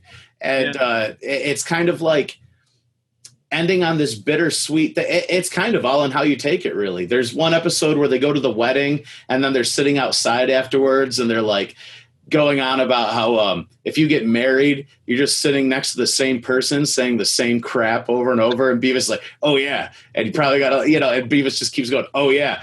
Oh yeah. And not realizing that they're literally describing that they are more or less a married couple. And that's a dynamic of them that I really fell in love with, was that they kind of are a couple. And there are a few instances throughout the show. Well, it's very obvious that Butthead would be the man in this scenario. I mean, if Beavis ever wisens up enough, Butthead strikes him down and keeps him at the level. Absolutely. Yes. It's a domestic relationship. Yeah. We'd give the Beavis those moments of clarity where suddenly he's onto something and he gets really excited and he's just like, yeah, it's like this. And Butthead would just, smack him and just like, Unless he's making a public fool of himself, I know, because there's the episode where they're trying to sell the dead animal's fur to a fur place in the mall. And Beavis gets offended that they were only offered $5 and then starts riffing like, they don't sell real fur here. And not only does Butthead let him go on, he goes and holds the door open for him. And it's such a good, my buddy Chad described it as the soft moments. I love the soft moments like that. The one where Todd kind of is like forcing himself to stay over and Beavis brings out like those graham crap. They're pretty much s'mores. And Todd, says that they're crap. And Butthead's like, yeah, these are crap, Beavis. And Beavis like, that's your favorite food. And you can tell that Beavis has been so proud that he's came up with Butthead's favorite meal.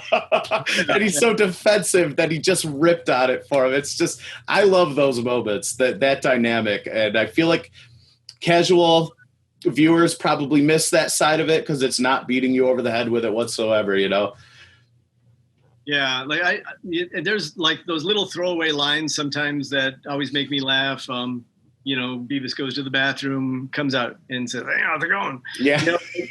Now again, I think if you're a guy and you're hanging out for hours on the couch with your buddy, like there's sort of that weird acknowledgement when you came back from taking a dump or whatever, and like, it's totally unnecessary. It's like, it's on its surface, it's absolutely ridiculous. But those are really funny to me because there's something recognizably true about it. Yeah. The characters, I always thought, and I know Yvette and I talked about this, they're very pure. Absolutely. They're the purest. Yeah, they very much live in the moment. David Felton, this amazing legendary writer who was at MTV for many years, and he wrote Washing the Dog, among others. I might butcher David's quote slightly, but David once said, when writing for Beavis and Butt-Head, his advice was you go to the place in your brain where thought begins and you stay there. That's right. Right. I've heard him say that quote. I think it's in The Taint of Greatness. Oh, yeah. Yes. David's brilliant. And I always love that. So, yeah, I think those little moments add so much that they're almost like Easter eggs that you could easily miss them on a first viewing. And then absolutely. In fact, my one buddy and I, Chad, were talking about them, and he's like, I never noticed the soft moments until my girlfriend pointed them out. They didn't stand out to him. Now, to me, they stood out almost more than anything. Oh boy, I just had a good one. I feel like I'm losing it here. Shit. Let me take a sip of water. I don't know if there's anybody watching anymore. Trust me, I think there's going to be some people who are still here at this point. I'll get back to it, but Murder Site. I would like to discuss Murder Site. I think that's one of the greatest episodes because you really drove home the term butt knocker in that episode. Which is the only insult they have that is really the insult. It's like you went too far on that one. Yeah, which is just funny. It's just inherently funny. There's no real logic to it. It's just that, out of all those combinations of dill hole, dillweed, butt munch, ass munch, there's one combination that you've gone too far. That's so good. And that episode has my favorite scene from the entire series, where Beavis is in the holding cell with the guy who just murdered his brother. Yeah. And Beavis is holding a cigarette, kind of resting on his knee. And you know that guy just finished his story about why he killed his brother. And Beavis is like, yeah, man, I know what it's like. And then he starts going on to how Butthead won't let him hold the remote and stuff. Oh, man. I got nothing to say except that I just wanted to tell you that fucking scene just destroys me every time. I've never seen that episode without going to tears after that moment. Just him sitting, that perma-grin that Beavis has alone can just like kill me with laughter. There's nothing there, but he is smiling. Yeah, it's part of the brilliance of Mike's designs with those characters is how versatile. Because that is lost in the early ones. That I just remember as a kid, an episode would start and then the first shot that it would show of them is just them sitting in class and they're not even laughing yet. And it's just so fucking funny, those expressions on their face. But I remember what I wanted to go back to, the Taint of Greatness. And this was the first time that I actually saw you. And you're in it quite a bit. You had a quote in that I broke down. It hit me so hard. Just, you said something to the extent of like, they don't have girlfriends. They don't have good jobs. Nobody likes them. Todd kicks their ass. They're losers, but they're always laughing. They more or less are always happy. Yeah. And my God, dude, I mean, you know how much this show affected me and from such a young age. That quote right there, man, I fucking fell in love with you that moment. I was just like, this guy, I know that he gets it. Obviously you wrote it, but it's just like, you get it on that deeper level. You've disconnected enough from being someone who wrote on the show to really get how it may have affected others. And let me tell you that they were there for me growing up, and they were a positive influence when things really hit the fan or when you're really feeling helpless. There is this kind of, it's cathartic to channel that whole like you know, like, Yes. there's always some humor in this situation. There's always some irony. And I just, that quote, it's just that. Thank you, Chris. Thank you for everything you've done, man. That's cool. Everybody needs friends like that. That when life fucking sucks, and my God, does life suck right now for a lot of people. Yeah, that's right. And I think more people are discovering the show this year because they're cooped up with nothing to do. And probably to this day, you're still giving people some relief from reality by making fun of reality. I mean, I hope so. You know, anything to, you know, just cheer people up a little bit right now. You know, and yeah, I mean, everybody needs that friend who, when life kicks the shit out of you, can make you laugh a little. Like, I think of, you know, in movies, my best example of that is probably in Animal House, when Flounder's car has been wrecked and Bluto, like, you know, puts an arm around him, and he smashes the beer on his head and he's trying to get him to smile and laugh. It's like, that's the kind of friend I wanted, you know. Yeah, I wanted, absolutely. you know, well, even. I don't feel like I had that at a young age, so the boys were that for me. So it's cool because I was only child. All that it's cool that fictional creations can fill that void. Yeah. So it's amazing. Let's jump into well, first of all, quick question. Yeah. Versus the vending machine or Tom Anderson's balls, which do you like better? Because you wrote both, and they're both they're up there, man. Yeah. I guess I have a personal connection to both of them. There was a writer named Bo Weinberg who wrote the first draft of Tom Anderson's Balls, and then I did a rewrite. I spent a lot of time as a kid on a golf course, finding golf balls and selling them to golfers for a son of a bitch. So sorry, continue. I'm sorry. Going to the ball washer, cleaning your balls. So many innuendos. Yeah. Oh man, golf is just littered with them, you know, between strokes and holes and wood, you know, ball washer. So obviously I spent a lot of time, you know, that's how I would make money in the summer, you know, on this golf course in my hometown, you know, finding golf balls, selling them, and then going to a matinee and buying candy and comic books in the afternoon. So that's my connection to that one. Also, as a kid in the summer, you know, vending machines were a huge part of a kid's life in the summer, especially. And, you know, and there were things about, you know, before that flap was down below, if you were a kid with a skinny kid arm, you could, you know, get your arm in and reach up, grab stuff from the bottom row, and then they got the flap. Nothing will make a kid angrier, though, than paying for something and it hits the glass and stops. It's like, that'll drive you nuts. And so for that one, I just wanted the challenge of writing a total low concept episode. You know, like, this glass must be like plastic or something. Yeah.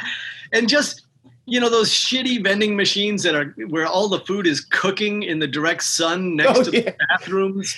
Have you ever had sour cream and salsa pork rinds? Because I've been trying to find them for years. I don't think it exists. I never have. You made that one up then. Okay. Well, I'll give up that because that has been a discussion on the group a couple times. Like, has anyone found sour cream and salsa pork rinds? And then you got the clerk who's just like scratching off the scratch off tickets all legally and shit. Did you voice him? The one that's like, it's not nothing I can do for you. I'm not the number on the side. I think that was Sam Johnson. I think. Was it? Okay. I'm not sure. I'd have to listen back on that one. Okay. And in Tom Anderson's Balls, I think that's Tom Anderson's best line on the show. I felt like a one-legged cat trying to bury turds on a frozen pond out there today. So you wrote that line. I did not. That was Mike. Really? Okay. Yeah. And I think Mike got that from one of his friends. Like, you know, Mike was a blues musician, you know, down in Texas, and he always had these great, amazing stories of the characters from, you know, the blues scene down there and the people he played with and toured with. And, you know, they're in a van traveling from city to city. And these guys had just amazing stories and great, you know, turns of phrases and expressions. So that was a Mike line, but I think it was influenced by one of the musicians he was friends with. Well, that's That's to this day. In fact, the Angry Video Game Nerd, I don't know if you're familiar, is a YouTuber that reviews like shitty old games. And he did the Beavis and Butt-Head Sega Genesis games. And he even quoted that line in it. And I thought that was great, that just other people have acknowledged how that's up there with the McVicker one about the plague to me. It's just like the first time you hear it, you're just like, it's like too elaborate. It's so specific. That doesn't just come off the top of your head. That's no. That he has said before and that he probably worked on in his head. Like Tom Anderson's the kind of guy sitting on a porch somewhere pondering what's the best way to describe what I'm feeling. You know? And that mental image, a one-legged cat bearing turds out of frozen pot. It's depressing. Yeah, because you know the cat's body is lying on the ice. Yeah. This one, and how do you bury something in ice? It's fantastic. Yeah, I guess that should replace rolling the stone of Sisyphus, right? The 100%, dude. Let's jump to the 2011 season, which you wrote 2 episodes for. Yeah. You wrote The Rat, which isn't just my favorite episode of that season. That's in my top 5 episodes of all time. I love The Rat. And I feel like you really captured the sweetness of Beavis in that episode more than ever had been before. It had always been hinted at. It's always been there a bit. And arguably there's the one where they're selling the dead animal and he gets a little connection with that. But this time you gave him a pet. And I don't know. Could you just elaborate on that episode? Because I love it. It got a tear out of me. That episode, I think the idea to write the episode about catching a rat and making it a pet, that came from Mike. Mike asked me if I would write that. And I was like, yeah, great. And so it was just a really fun area to explore, this idea that they're trying to kill this rat that's eating their nachos. And then the flip, this horrific image of you finally, after abusing yourselves, you're trying to set a trap, you finally catch it, and now you got everything you want. You finally killed this thing, but now somehow you flip and you fall in love with it and adopt it and take it to work and feed it. And it's beautiful, man. And also, the episode in a way redeems Frog Baseball because they do almost kill the rat, and Beavis more than Butthead can't handle the fact that they almost did. He doesn't like see it. He rescues it, and then he makes the connection. I don't know if Butthead makes the connection as hard. I mildly think he's happy for Beavis. He calls him a metrosexual and stuff like that. But and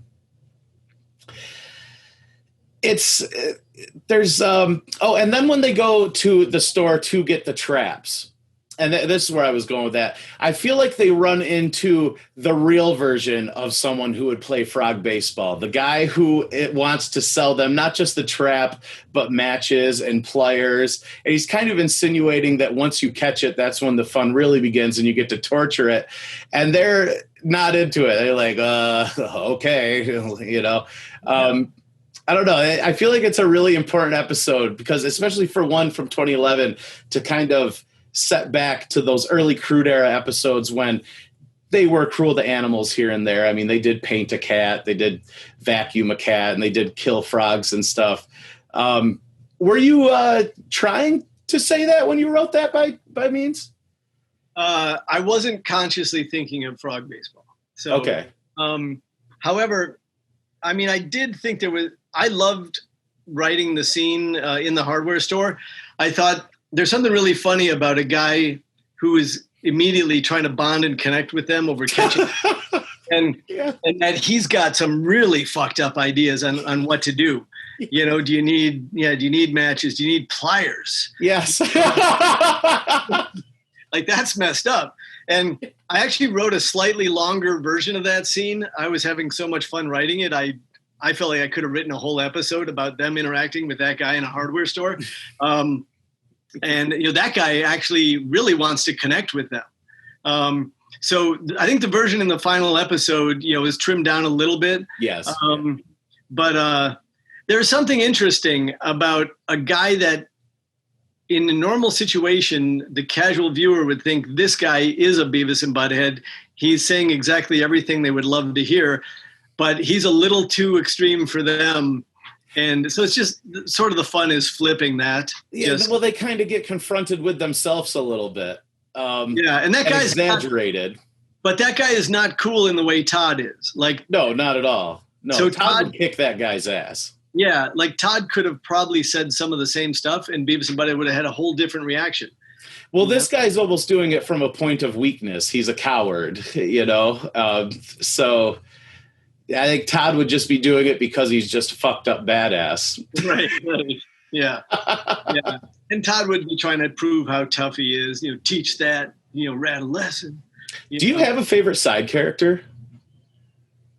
I mean, I always enjoyed Todd because when Toby Huss was doing the voice, I mean, Toby just had a great way of delivering dialogue and something throwing in his own little touches. That daycare center for little baby girls. Little baby girls. Yeah.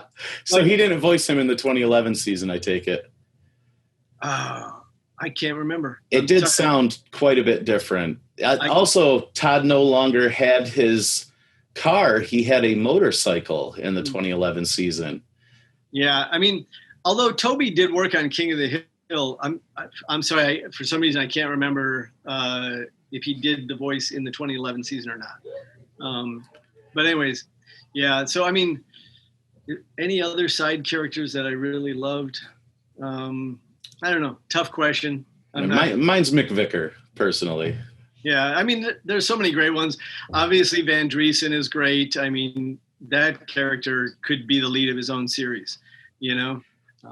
Until you watch The Good Family. Sorry, Mike. No. Sorry, that Mike. one. Yeah, that one didn't quite hit the mark. But. Sorry, dude. Everything else is perfect. And then the second episode that you wrote for the 2011 season was Holy Cornholio, which is the fourth Cornholio episode. Anything to say about that one? Maybe the fifth. Great Cornholio, Buttnicks, Bungholio, Viacone Cornholio. No, okay, it would be fifth. Actually, let's count Generation in Crisis. Okay, it'll be the sixth. Okay. It'd be seventh if we count the movie. Yeah, again, that one was one. Stump me, jerk.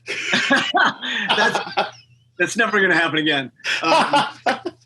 That was another one where Mike asked me to write that. Back in '98, there was talk of doing a Beavis and Butt-Head Do America sequel. Oh.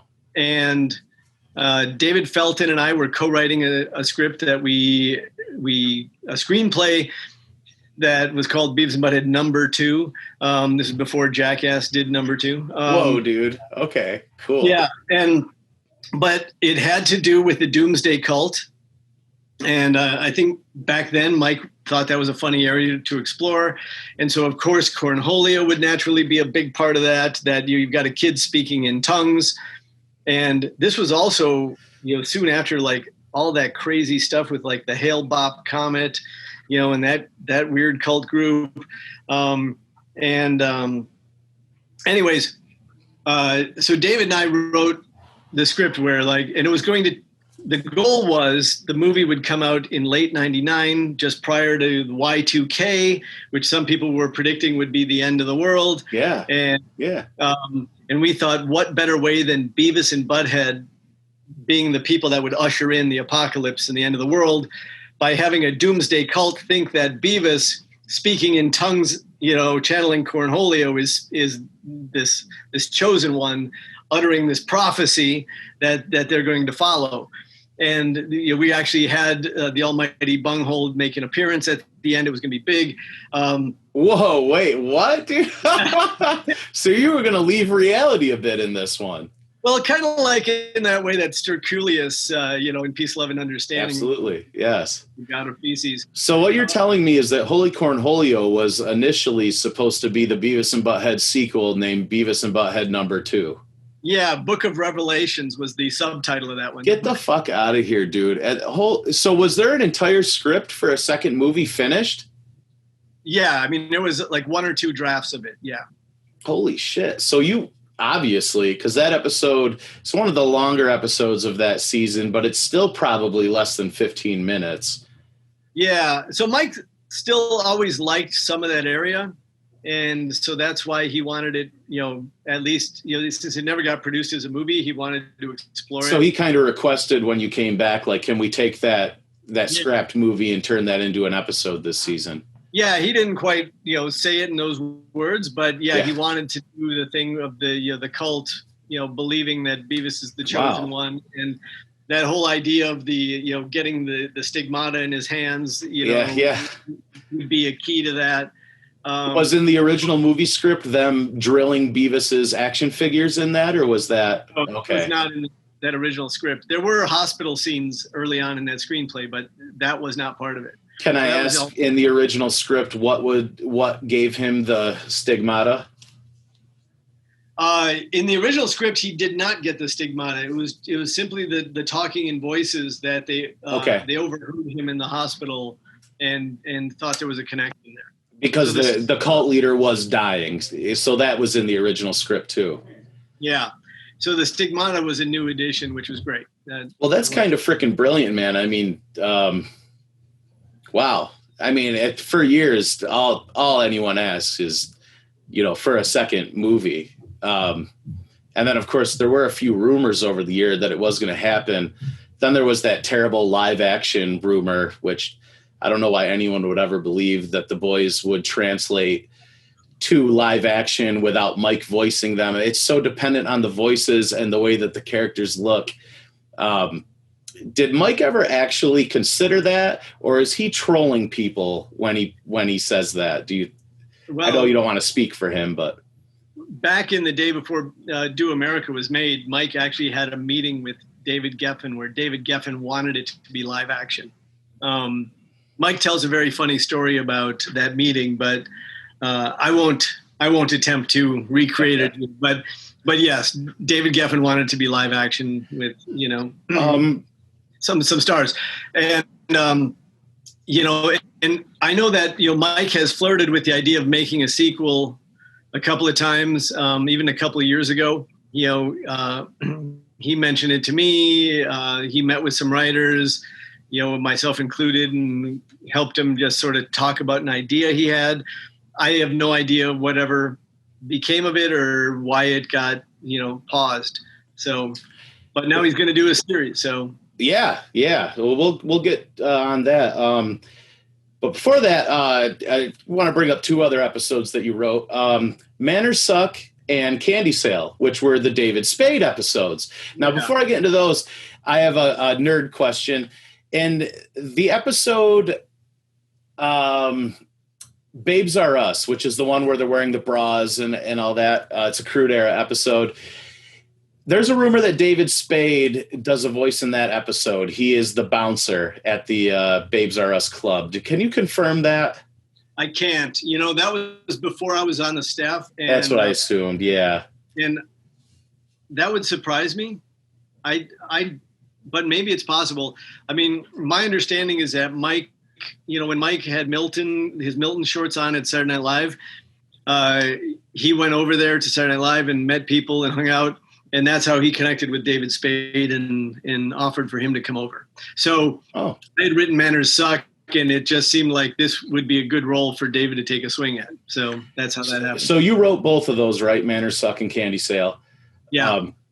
They're fucking awesome. I love those episodes. Did you write them with David Spade in mind when you wrote them initially? Was that a thing? Suck initially. I didn't write it with anybody in particular in mind. Okay. But I think it was, once I knew it was David, I think maybe some of the dialogue got tweaked a little bit for him. And then obviously when he came in, I'm sure at the record session, we played with things a little bit. Those are perfect episodes as well. Up there with A Great Day, I would say, because then you get to see the comeuppance of someone's reaction to them. I always liked it when they didn't learn a lesson, but somebody else got like a terrible repercussion for it. And in both episodes, Mr. Manners just gets his ass fucking kicked. Which do you prefer of the two? Wow, that's tough. I mean, yeah, it is. You know what used to make me laugh in a cringy way was the final, the fourth act of manners where it's just them in the bathroom stalls trying to take a dump. Which is cut from all video releases. Is that right? I didn't even know that. I mean, it's really crude, and it was meant to save money. You know, we could only animate so much, like the budgets of the show. You know, the cartoons were supposed to be 5 minutes, but they're always creeping up closer to 6 minutes. And so for that one, my pitch to make up for the animation earlier and to let it go a little longer is, what if we just have something really simple visually? And then, you know, I mean, it's so crude that, you know, but it's also kind of a callback to the Crude era, because in a few episodes in the Crude era, they did that where it just showed their legs under the stall. Yeah. I think that was the only other time outside of the Crude era where that happened. In fact, in the Sega Game Gear game, that's a part of it. If you overeat, it goes to them in the bathroom stalls and you see their feet under there and you end up like losing health from it or some shit like that. But not only is it cut from all video releases, it is a bonus. What do you call this? An Easter egg on Mike Judge Collection, I think Volume 1. Like if you hold down every button on your remote, you can get to that scene, but it's completely out of context. Yeah, I mean, as a kid, taking a poop at school was the worst thing in the world. Like, you would never do that between classes. No way. You have too many kids that would be, you know, like jumping up, looking at you, you know, all that stuff. Yeah. I hated those kids, man. Yeah, so if you had to do it, you got a pass during class and you went to the furthest bathroom where hopefully nobody else was. Yeah. You know? So that was, I'm sure I was writing partially about it because of, you know, how cringeworthy that could be. But there was something so stupid and funny about using manners to try to coax a poop out of you, you know? And so it's like, please come out of my butt. You know, like that was making me laugh. And then I was in shock when I heard the sound effect we were using. Oh my God, it's like a slosh.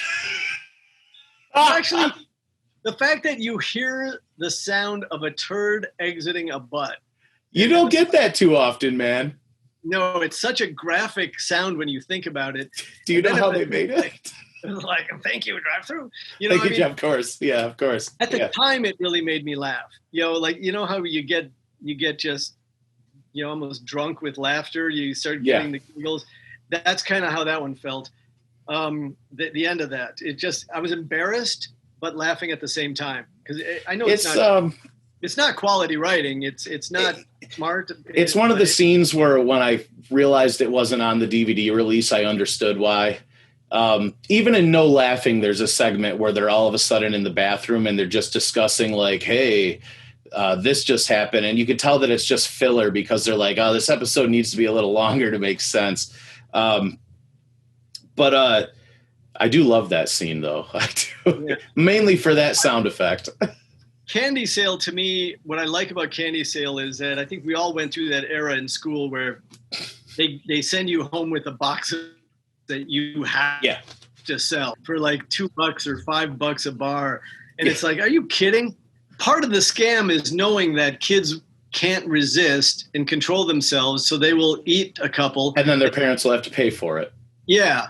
And I just loved the twisted logic that Beavis and Butt-Head get into, thinking they're selling them all. It's so brilliant. That was fun. Now, that episode, of course, was written with David Spade in mind because I knew we had him. Yes, And so now he's this con artist of a guy who goes to schools as, you know, under different identities, you know, trying to do good things. You know, and Beavis and Butt-Head do something really unforgivable in those episodes when they accuse him of touching him. Oh, yeah, I know. Why you took it there. And they're so good at it, too. It's like, for how dumb they appear to be, they can channel this manipulation with, like, I being sexually molested. What is that? There's like some surface you get to there, man. It's really, that's a pretty horrible place for anyone to go. just accuse, but he tried to touch my wiener. Yeah, but that's the thing. I think it's so outrageous, that word choice, that, you know, that should have tipped some authority figure into knowing it's just an outright lie. But I do like. So I'm sorry. He tried to touch my wiener. This kid's fucking onto something. No, you're right. Yeah, I like when Van Driesen comes in though and takes him on, and those two guys are fighting it out. I mean, that's one of Van Driesen's great moments, actually fighting over it and defending his students is really awesome.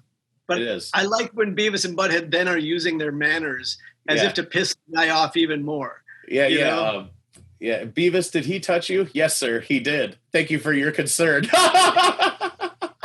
It's so like script reading. Thank you for your concerns. Yeah.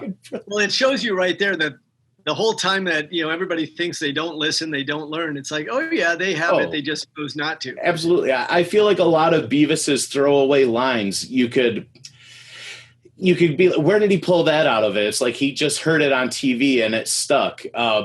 I always felt like thank you drive through was the one thing that his boss was able to hammer into him. And now it's hammered in so hard that it is just a part of everyday life. Yeah. I, in high school, I worked at a grocery store for 2 years. And, when you were done bagging the groceries, you always had to say to the people, like, would you like some help out with this?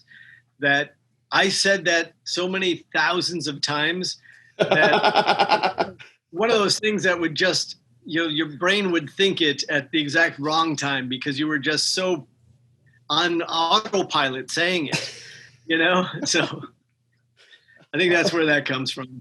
It's beautiful, man. Let's well, I got one random question. This will be a quick one. Did you do the disclaimer voice, or do you know who did the Beavis and Butt-Head are not role models? They're not even humans. They're cartoons. I think that was a guy named Dale Reeves, I think, a voiceover artist from New York. Okay. Really? Okay. Yeah, I think that was him. I could be wrong, but that was recorded before I was a full-time staff member. Now, you designed some merchandise or helped. I know that you wrote, which book was it? I contributed on Encyclopedia. Okay. I wrote Travelogue. Travelogue. I edited a few of them. I edited Butt Files, Chicken Soup for Hollywood. No, I didn't do Haha for Hollywood. I think Glenn Eichler edited that one. Okay. So Larry Doyle wrote a couple of books. Sam and Chris, they contributed on some stuff. So Greg Robiansky, Amy Keeler, Andy Reingold, Scott Sonneborn. So there was a bunch of different show writers who wrote on the books. But I did edit a few of them and contribute to a couple. Did you have any input on the video games? I would imagine Virtual Stupidity you might have. Yeah, and I did voices on it too. But absolutely. We gave some notes here and there on it, but not a ton. That was a different world. The gamers were trying to design what they wanted, and so we helped them brainstorm at one point of some ideas of things that could happen. But it's pretty true to the source material. I mean, what's awesome is Virtual Stupidity is like season 5 era writing, and it's on the ball. But then the Sega Genesis game captures the crude era, which I know no one could ever figure out that game. But you cut down Anderson's tree to get a Guar ticket. You blow up the concession stand at the drive-in to get a ticket. I think they made that game so fucking hard because if kids could figure it out, the parents would have been like, what the fuck is my kid playing? Yeah. But you didn't have any part of the Genesis game, I'd imagine, right? No. Okay. And you did help design this, correct? The TV talker. Yeah, that's one of my favorite pieces of merchandise. That thing is great. I love that. There's just one design flaw that we didn't correctly anticipate before it was out, is that sensor that reads your remote control. So obviously when you change channels on your TV or raise the volume, Beavis and Butt-Head say some lines that, let's change it, and, stuff like that. Yeah. And the problem is it's too quick. We probably should have built in about a 2-second delay because not all TVs are super quick when you change it. None of them were back then even. No, there'd literally be this like delay black screen. Yeah. Yeah. But I think the look of that is so wonderful. I think they really, to just nail the look in 3D so perfectly. Yeah, dude. I love how clever it is with the voices built in, and You even got the nacho. I mean, I own every figure and doll ever made, and that's probably in the top 2 or 3 sculpts that the boys have ever gotten, quite honestly, because some of them are pretty freaking bad, as I'm sure you can imagine. Yeah. You have some stuff to show off, do you not? Well, yeah, you had asked me to dig up a couple of things, and so I know you have just about everything. Well, so I don't like to brag, but so I've got stuff that I can whip out for you. Well, yeah, whip it out. You know what? This is when we were on the show at one point. We were allowed to purchase cells from the show. I think they were some were something like 160, some were like a little over 200. That's so if fair. you worked, if you worked on the show, well, okay, yeah, you could purchase a couple, and you were limited to like 2 or 3 you could purchase. So my top wish list was getting the first moment in the great. See, to me, I consider the Great Cornholio the true first Cornholio episode, and that was such a turning point for me on the show. It, yeah. So this is from the Great Cornholio, right when Beavis stands up from his desk. Oh, God, what a perfect shot. Can you hold up a little closer? I want to see Beavis's expression in that. Yeah, that's... Now, do you know if that's the original watercolor background, too? I actually don't know, because on some of those they weren't. Some of them they were making copies because they were using the whole scene. Yeah, of course. And selling other cells from the exact same scene. Right, which they still, because there's a place who is actually one of the sponsors, the Cricket Gallery, and they have all of these that are left over from what you guys didn't get. And yeah, it's pretty much how it plays out, because so many cells would be over one background. If you have the master background, you're gonna pay for it, obviously. Yeah, I'm pretty sure that's not a master background. Same with this one. This was from, I think, Butt Bowl 4. There was no new animation done for the Butt Bowl. It was usually just a title card for it. And growing up in Wisconsin, I grew up a huge Green Bay Packers fan. The Packers were in this Super Bowl, so I had to have Packers. Yeah. So. Oh man. Oh. So it was Packers and Patriots, which is why Beavis is in the Patriots colors. No, I mean, I remember this. It did appear like on the advert for it or whatever, and they're not moving in it. I mean, that is a one cell thing. There wasn't a second cell, I'd imagine, of movement of that. There was no movement. There is a second cell out there that's in existence, and one of the guys who owns that company, it's called Foamation, that does the cheese heads. He wanted it, and so I got it to give to him. So, so there are 2 in existence. So give me that guy's number. I'm not going to ask you for yours. This is a favorite. I love this because these things were always so cool to see. Oh, dude, yes. To get one with my own name on it was a is it really, man? Oh, that's fucking sweet. Yeah. And this was I think this was number 3 on the Billboard charts when it came out. Man. Can you leave that to me in your will? I got a special thanks in the CD, which was huge for, it was nice to see that.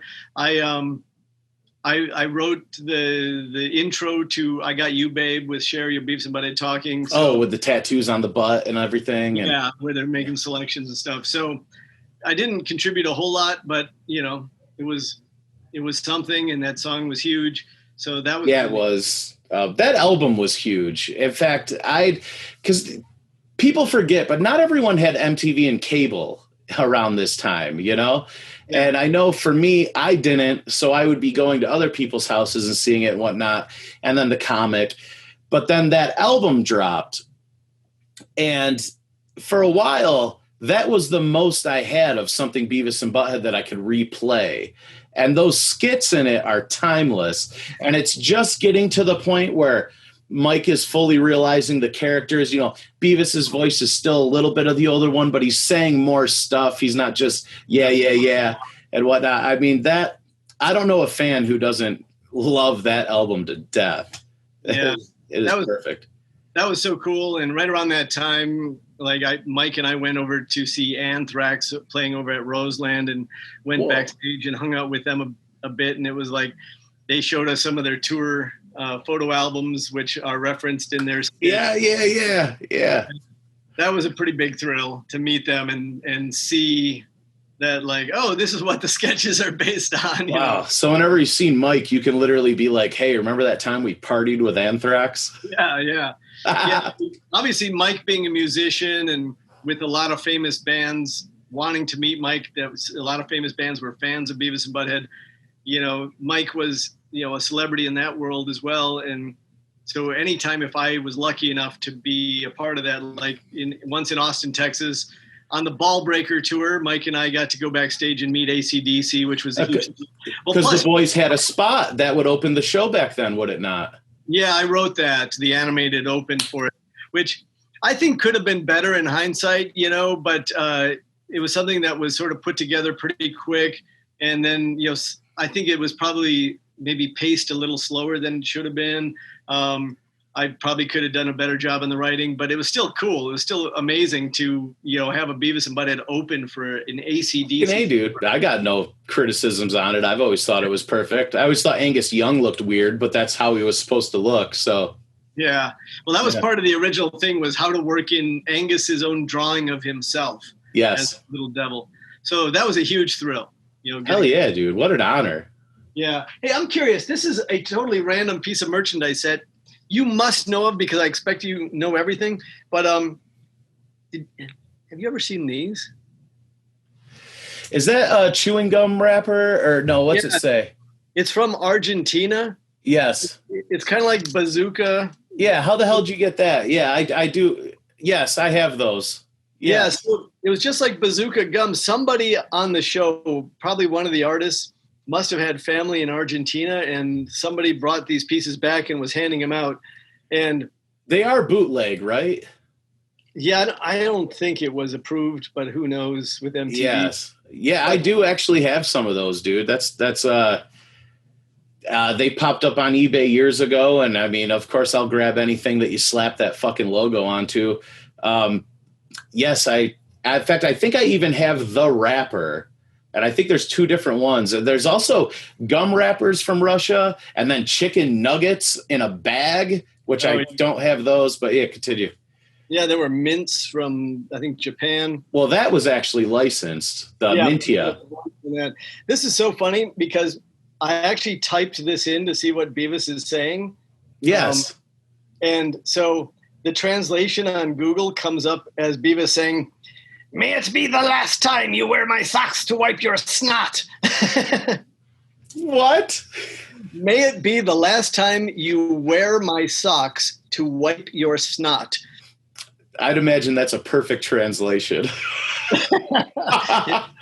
So anyways, that was about the most random thing that I had in my house. I'm sure I've got a ton of stuff. This, I thought, if you hadn't seen, you might think this is kind of cool.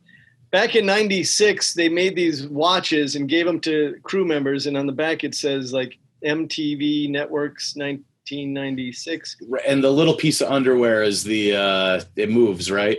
Yeah. I'm sorry. The battery in this watch is dead right now, but there's a plastic disc, a clear plastic disc in there with a pair of underwear. And that's the second hand. That's awesome. The underwear spins around in front of them. Yeah, that was a hard one for me to find. I remember when I found out about it, I never thought I'd own it, because I did get the information that was only given to you guys. Yeah. I mean, it was stuff like that. There was occasionally crew stuff, which I think, like crew jacket for Beavis and Butt-Head Do America. Yes. You know what's going to really probably shock you about that one? I actually have two of those. How did you get that? Insane. I actually sold my double recently to a guy. And both people I got them from, I remember emailing and asking what you did on the show, and they'd usually give me a brief response like, "Oh, I worked on the movie doing something minimal," or something like that. That's cool. Yeah. And then this was like again, something that I think back in like late 93, early 94, if you were on the crew, you were able to order a jacket and pay for it. It was I don't know. Is it embroidered? Yeah. I mean, it's partially embroidered and partly fabric. I can't remember how much we had to pay for these. Like, what has it got? Leather sleeves? Yeah, maybe 100 or 150, and then you'd get your name in here. But I didn't want my first name in there because I wasn't. What does it say? KB, my initials. Oh, okay. But I didn't want to be walking around New York City and having people going, "Hey, Chris, do you work for Beavis and Butt-Head?" So, some people on our crew wore their jackets more often. I think most people did have their names on it, but I guess I was a little too. I don't know. I just didn't want. If you could go back, would you put your name on it, Chris? No, absolutely not. In fact, I wouldn't have even gotten the periods between the KB. I don't know what maybe I would have just gotten bunghole. That would have been. No, that would have get touche. Yes. Yeah, that would have been the better move. That's beautiful. I have never seen that, so okay. That's. Let's see. Oh, I have something I'd be surprised if you ever saw, but you mentioned that there was once an adult film, a live-action adult film. Yes. It was called Beaver and Butt-Face. Actually, I have it right here. Oh, wow. Yeah, this is an ad for it that landed, somehow some of these landed at our office. So as you can see, this is an ad. Oh, yeah. So. Okay. So the ad is just like a bigger printout of the cover. Yeah, pretty much. I guess. Can you show it up closer there? Because it looks like there's more images on the backside and stuff where they're mooning. A little more explicit. I don't know how much you want to see.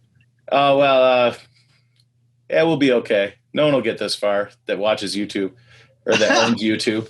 That was the shocking thing. I mean, they kind of look pretty grotesque, these guys.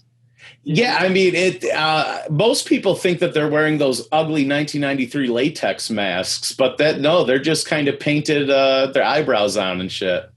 Yeah. And I think, isn't it? It's Buck Adams, isn't it? He was a pretty famous porn star. Yeah, it's Buck Adams. I can't say I'm familiar with his work. Well, that's okay, Chris. Hey.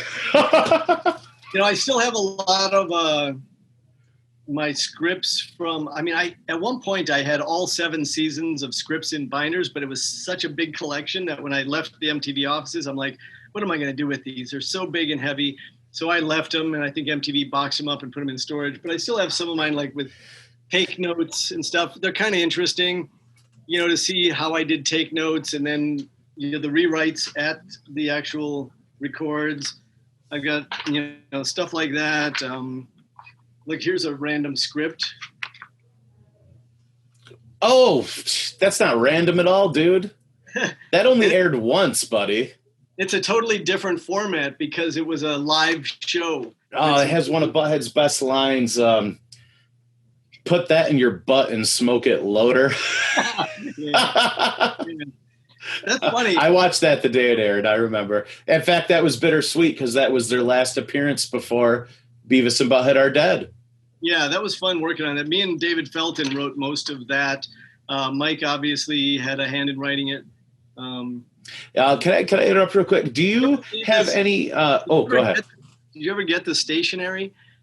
We had Beavis and Butt-Head stationery. These were envelopes for office mail, and dude, I've never seen that. That's cool. Damn, show that again, man. I want to see that a little closer. You kind of, yeah. Oh man, that's pretty freaking rad right there. Yeah, I have a business card, which is funny. Like, because I was the voice director on the show, I needed to sometimes go out and go to comedy clubs and, open mic nights and try to find some people, if I could find someone who would be good to do voices on the show. And then the first question somebody would ask to establish whether I was telling the truth and credible that I was the voice director of Beavis and Butt-Head, at a comedy club late on a Monday night, it's like, well, do you have a business card? And I was like, no, MTV hasn't given me one. Yeah. Instantly lost credibility. So I had to go to MTV and say, hey, can I please have some business cards? And they're like, we can't give you the MTV business card because you're not a full-time staff member of MTV. You're a Beavis and Butt-Head. You're a freelancer for Beavis and Butt-Head. Yeah. Only Beavis and Butt-Head. Our number one show. Yeah, so we can't give you an MTV card because you're not representing MTV. Okay. So the loophole was that they would give me a special card that was just for Beavis and Butt-Head, which for me was the greatest loophole because it ended up being a great card. Let me see if I can find it here. Sorry. You're good. Oh, yeah. Here we go. So this was my business card back then, which... Oh, dude.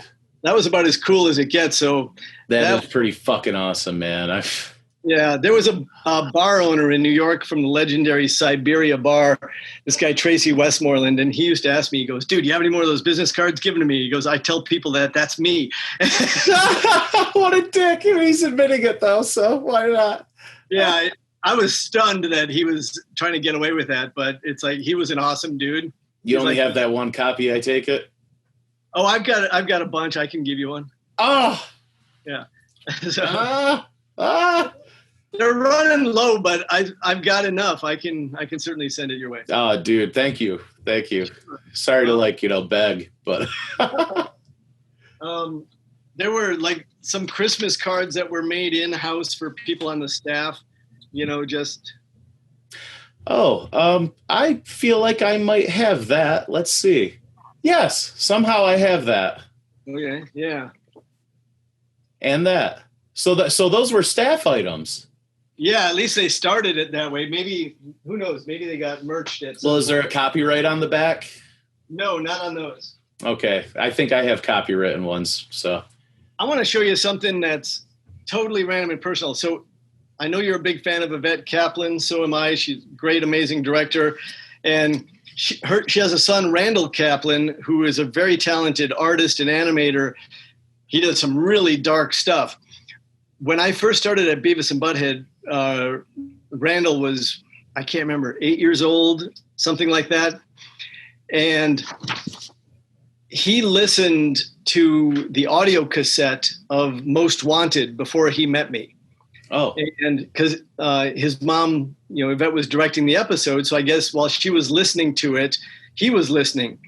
So Randall did a drawing of Kyler back then, and Yvette brought it in and gave it to me and said, my son drew this hearing your voice of the character. So he had never met me. He didn't know what the character design would be, but this is what Yvette Kaplan's son, who is now an adult and a very talented artist, what he drew of me based only on my voice as Kyler. Oh my God, it's awesome. How old was he when this? I want to say like 8.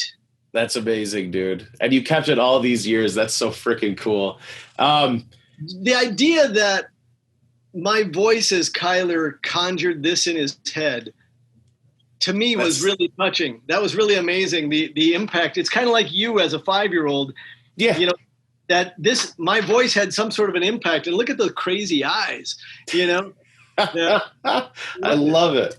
I've always love it. All the artists, we had a wall or two there where all the artists would do different versions of Beavis and Butt-Head, funny drawings and versions. And there were so many great ones over the years. I've seen brief footage of that wall. Yeah.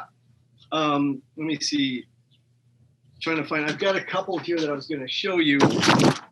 One of our directors, Ilya Skorupski, did this. Whoa. Oh, Mick Jagger? Mick and Keith. Yeah, dude. Yeah. Wow, that's like heavily detailed too. That's beautiful. Yeah. I love that Beavis has the Stogue. Perfection. Yeah. There's hang on. There was another one I was going to show you, and now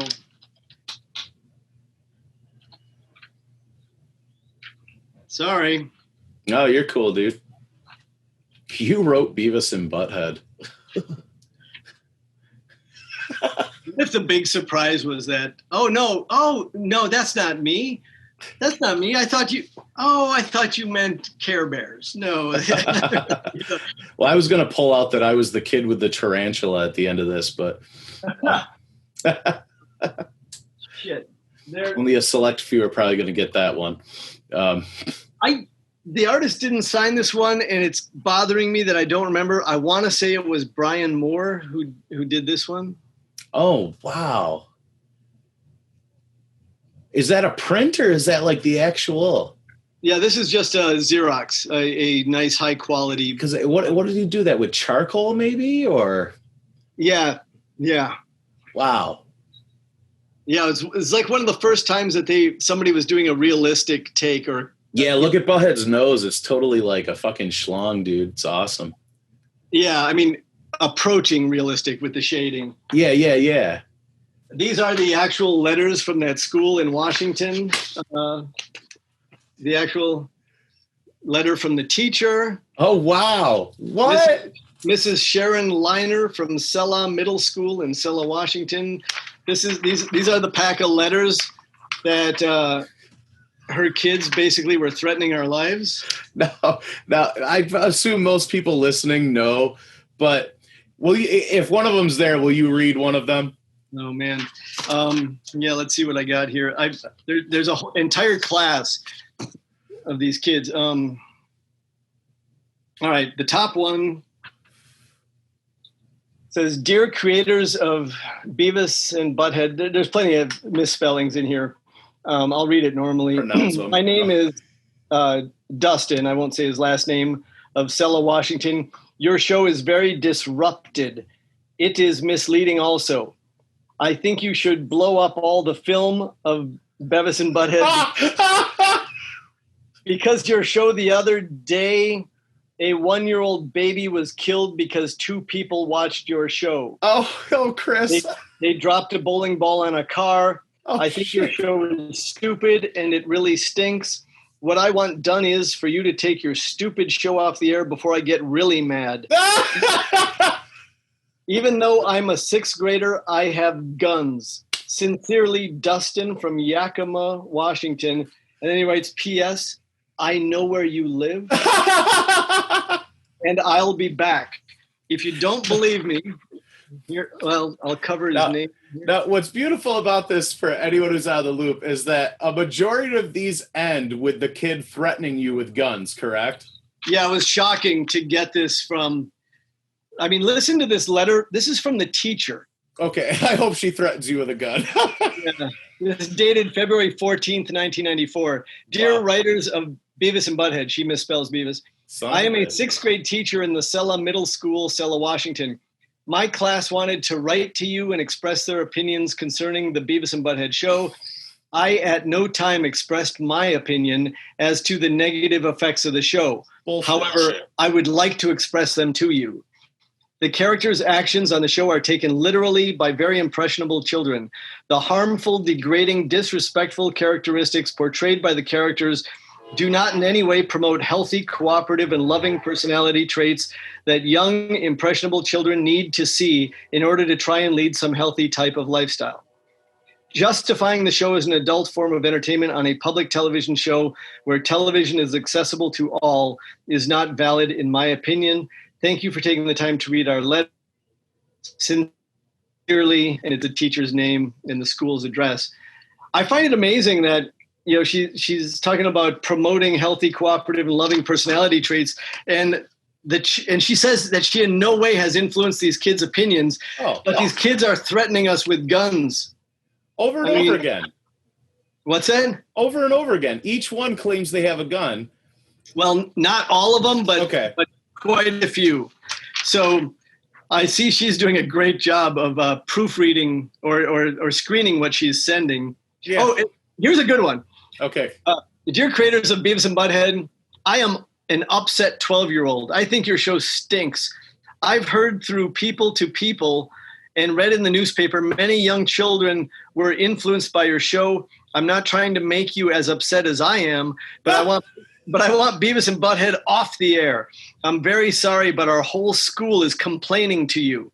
I'd like you to write back so I'll have an idea what you think of my letter. My teacher is blank, a 6th grade teacher, and she doesn't like the cartoon either! ! I thought she had no influence. Exactly. And she says, I have 2 addresses for you to write back. I give them on the back. Concerned listener. And she said, P.S. My little brother watched that once and almost blew up our house and went bungee jumping without a cord. That's jumping. That's jumping. That's not bungee jumping. So well, you did write the episode Jump, correct? I did not. Okay. I won't blame you for that, kid, then. Yeah. This kid says, I'm an 11-year-old girl in 6th grade. Beavis and Butt-Head should be taken off the air. Your show causes too many deaths and accidents. Children are influenced by your show. Scheduling it to a later time will do no good. Your show has caused lots of mourning for many people. Thank you for reading this rejecting letter about your show, Pauline. And she said, P.S. Humans aren't the only ones hurt. Oh my God. There's always a P.S. And I love how the one kid's idea, it was literally a Beavis and Butt-Head idea. It's like, I think we should just blow everything up and burn it. Yeah. Listen to this one. I mean, okay. They're just fascinating insights into kids who have been instructed to write a letter. Yeah. Dear creators of Beavis and Butt-Head, your show is okay. But because of it, lots of kids are killing other people and families. I think you should leave it on, but not so influency. And I think it says aggressive.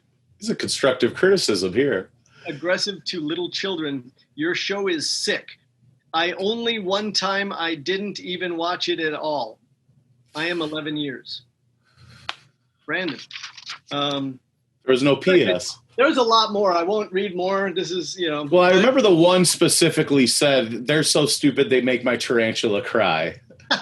Was it tarantula cry or tarantula puke? Maybe it was cry on that one. I think it was puke, actually. Yes, that's right. They make my tarantula puke. Oh, and they're so ugly they make Medusa something. Maybe Medusa cry. Yeah, I think so. Yeah, I think they made Medusa cry. Maybe somebody watching this actually knows this middle school. Anyways. Oh, yeah. We should send them a bunch of letters, like after the pandemic. Oh, just letting them know that the show's coming back. This is like reference for the artist, headbanging reference. This is the cycle, the animation cycle. Oh, wow, dude. Oh, wow. A copy of it. That's beautiful. This is a copy of their profile walk cycle. Oh, from what era? Hold it up a little closer, brother. This would be like 95, 96. Yeah, definitely. Wow. There is something very hilarious to just their sidewalk. I don't know how to explain it. Yeah, absolutely. Because that stuff was used so many times that you had to just get the walk right so that it wouldn't keep getting screwed up. There's mouth charts in animation. So, okay. That's the 3/4 pose for Beavis, which is, of course, his preferred pose. This is upturned mouth. This is the downturned mouth. Wow. So that's a little insight into, animation. Oh, that's freaking awesome. Here's Butt-Head straight on mouth chart. People always comment that Beavis is sideways, but isn't it more odd that Butt-Head's always forward? Yeah, they tended to look weird if you saw them in other, when you saw Beavis straight on, it didn't look right. So in old school animation like this, in particular, it still works like this though. This is the A mouth, the B mouth, the C mouth, the D. Oh, yes. So these are like what you need to make it look like they're saying all these key words. Obviously you can see that like there's the ooh sound, here's a F sound, and so somebody who goes through the exposure sheets and they've got the dialogue written phonetically on it, they have to match up a mouth position.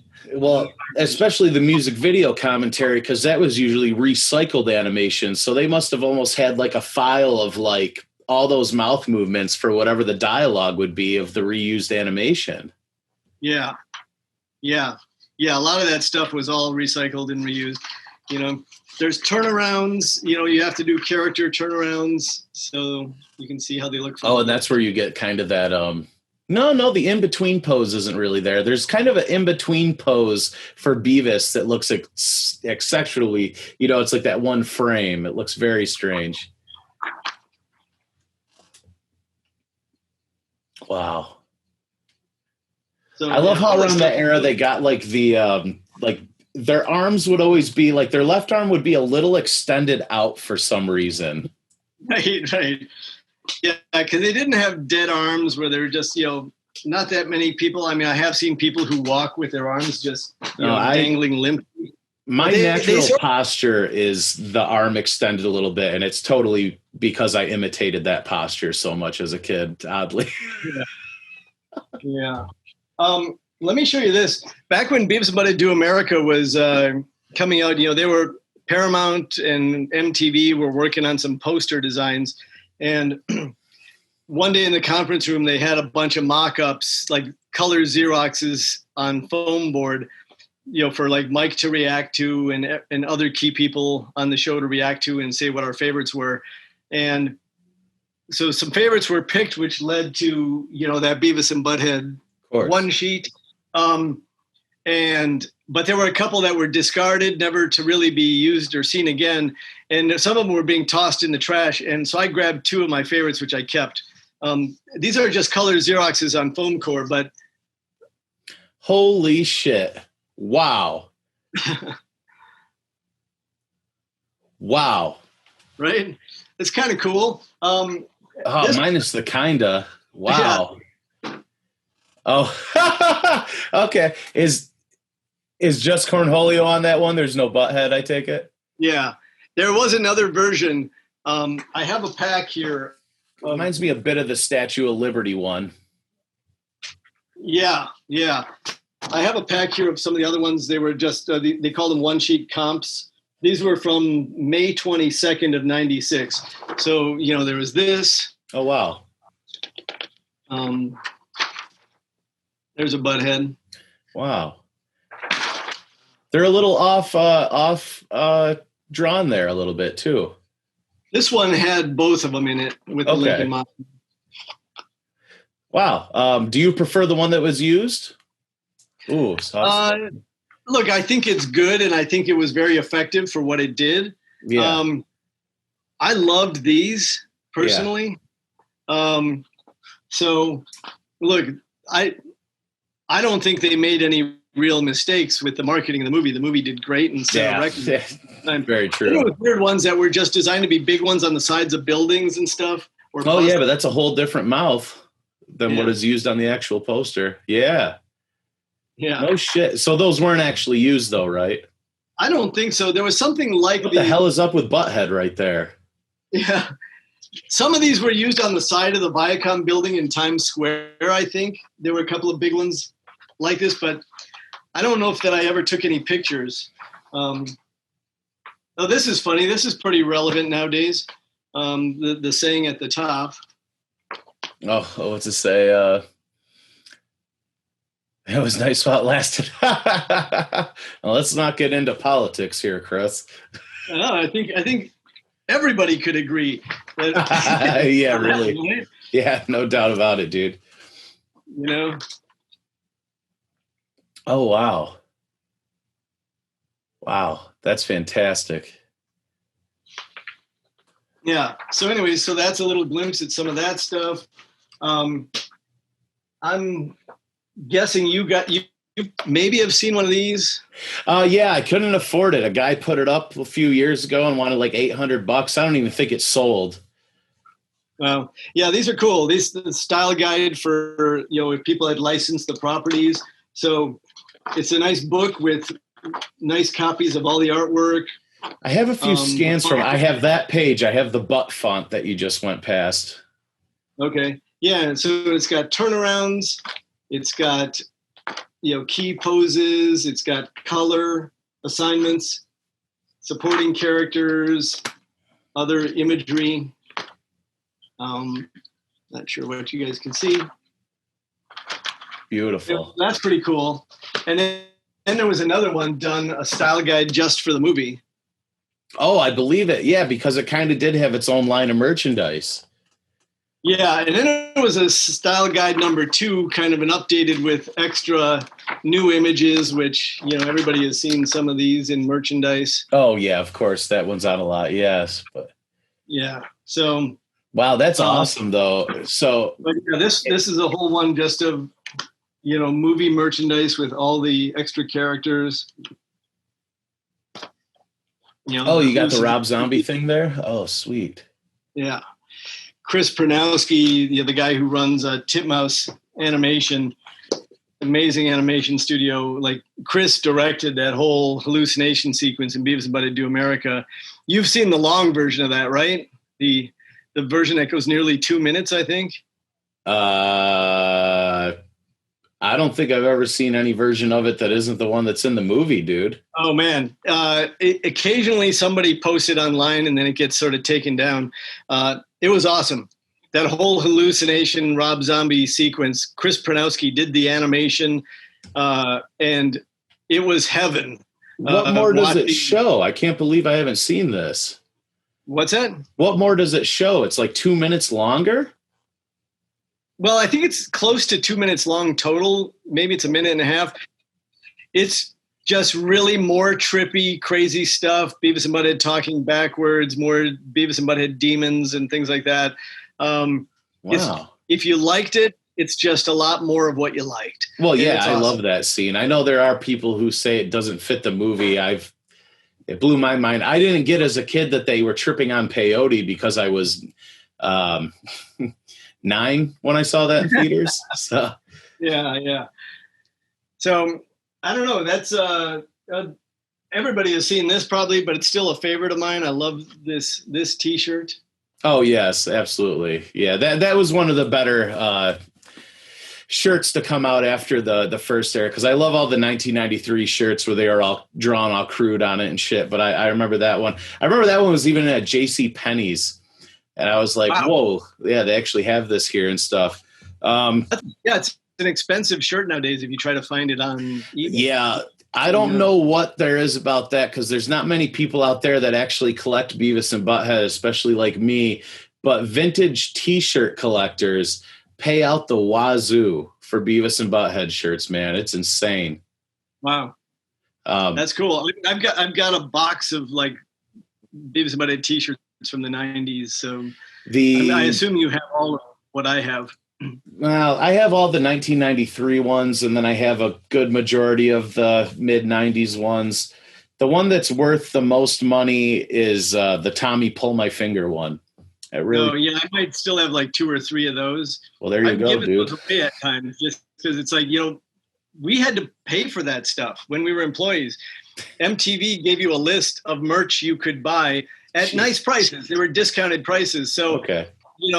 You would buy the T-shirts for like, I don't know, $10, and then you'd buy a bunch of them so you could give them to your family and friends who were asking for them. So. That's pretty sweet. Yeah. Let me show you a few freaking merch items just for the fuck of it. Yeah. Well, we'll show this off. Let's see, the Rockin' Pins, dude. I designed this one. You probably have a copy by now, right? Yeah. Mauricio Alvarado is doing these, and they're amazing. And he sent me some pins, and I was really flattered by this one that, like, okay, again, Killer makes an impression, and that's so awesome. I really looked at this as like finally a piece of merchandise that was like dedicated to you almost. So I absolutely love that one. Yeah.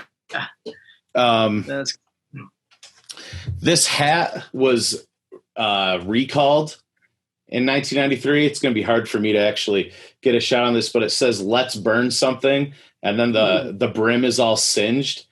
And this was not supposed to be sent to stores. A guy got it sent to him on accident. He said he ordered everything. He got a letter saying that this hat wouldn't be included, and then one was in there by accident. He saved it all those years, and I was able to score that. It's one of my favorite pieces. That's amazing. I've never even seen that. That's incredible. Yeah. I mean, there weren't too many fire reference merchandise, and for obvious reasons.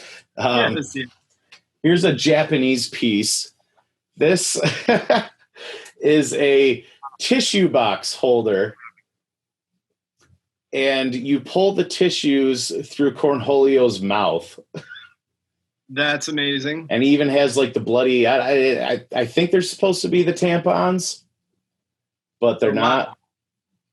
Yeah, That's wild because it was only in Japan, huh? I guess, yeah, I don't think the US would have gone for that. No, Japan got its own line of merchandise around like 2000 to 2001. And I mean, they made Burger World plushes. They made that. They made a toilet paper roll holder of Cornholio.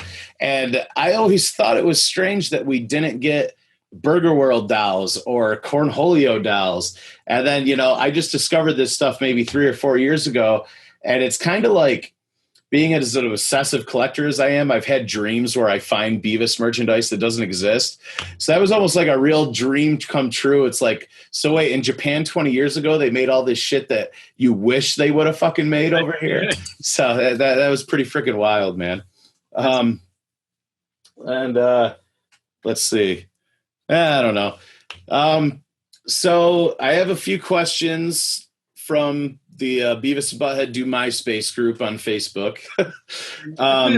Group. That is a very impressive group. I try to check it out as often as I can, you know, at least every day.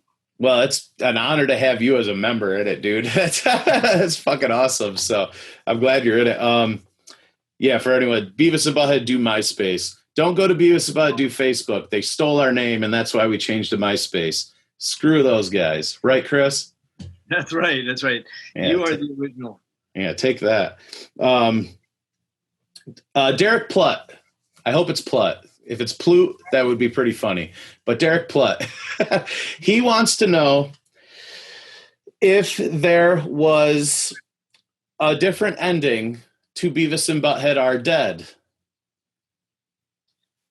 Wow, I don't remember a different ending. I mean, is it possible that at like the pitch stage or the first draft stage that there was something different? That's a long time ago, and I don't remember the different ending. So I would say no. You would say no. Also, his other question, let's see here. Oh, actually, this is a question from a lot of people in the group. Zach Borst, Chad, all the guys. We've been wondering this one for a while. In Beavis and Butt-Head Are Dead, there is a random girl. It's the girl that Butthead claims that he did score with, and then it like does the playback, and he's like, "Hey, baby," and she's like, "You know, I always wanted you, Butthead." Yeah. Is that girl a contest winner? Because in 1996 there was a contest to be drawn into an episode. Yeah, I vaguely remember that contest, and this is what I'm guessing is that, again, it's a long time ago. It wasn't like a big deal for us. It was just like, okay, I guess we're doing this contest. Okay, yeah. I think the character could have been based on the contest winner, the drawing, or it could have been another background character in the classroom or something. I'm having a really, it's like there's a little memory somewhere in there, but I'm having a tough time with it. I would be surprised if that was the contest winner doing the voice, because there was like that character had a couple of lines and I think they were delivered well. A non-actor probably wouldn't have been given 3 lines. Yeah, I always assumed whoever won was probably drawn into the background and it didn't fucking matter somewhere. Yeah, again, I'm sorry, guys. I wish I had the definitive answer, but if you had asked the question 23 years ago, I probably could have.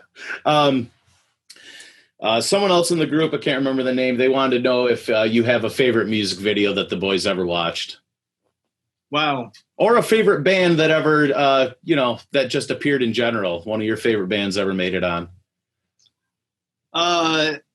Right around that time, I really did love White Zombie, their album La Sexorcisto Devil Music Volume 1. I mean, I think it's an amazing album. Yeah, so I was thrilled when they were featured on the show, and the show helped them really skyrocket and sell tons of albums. That was great.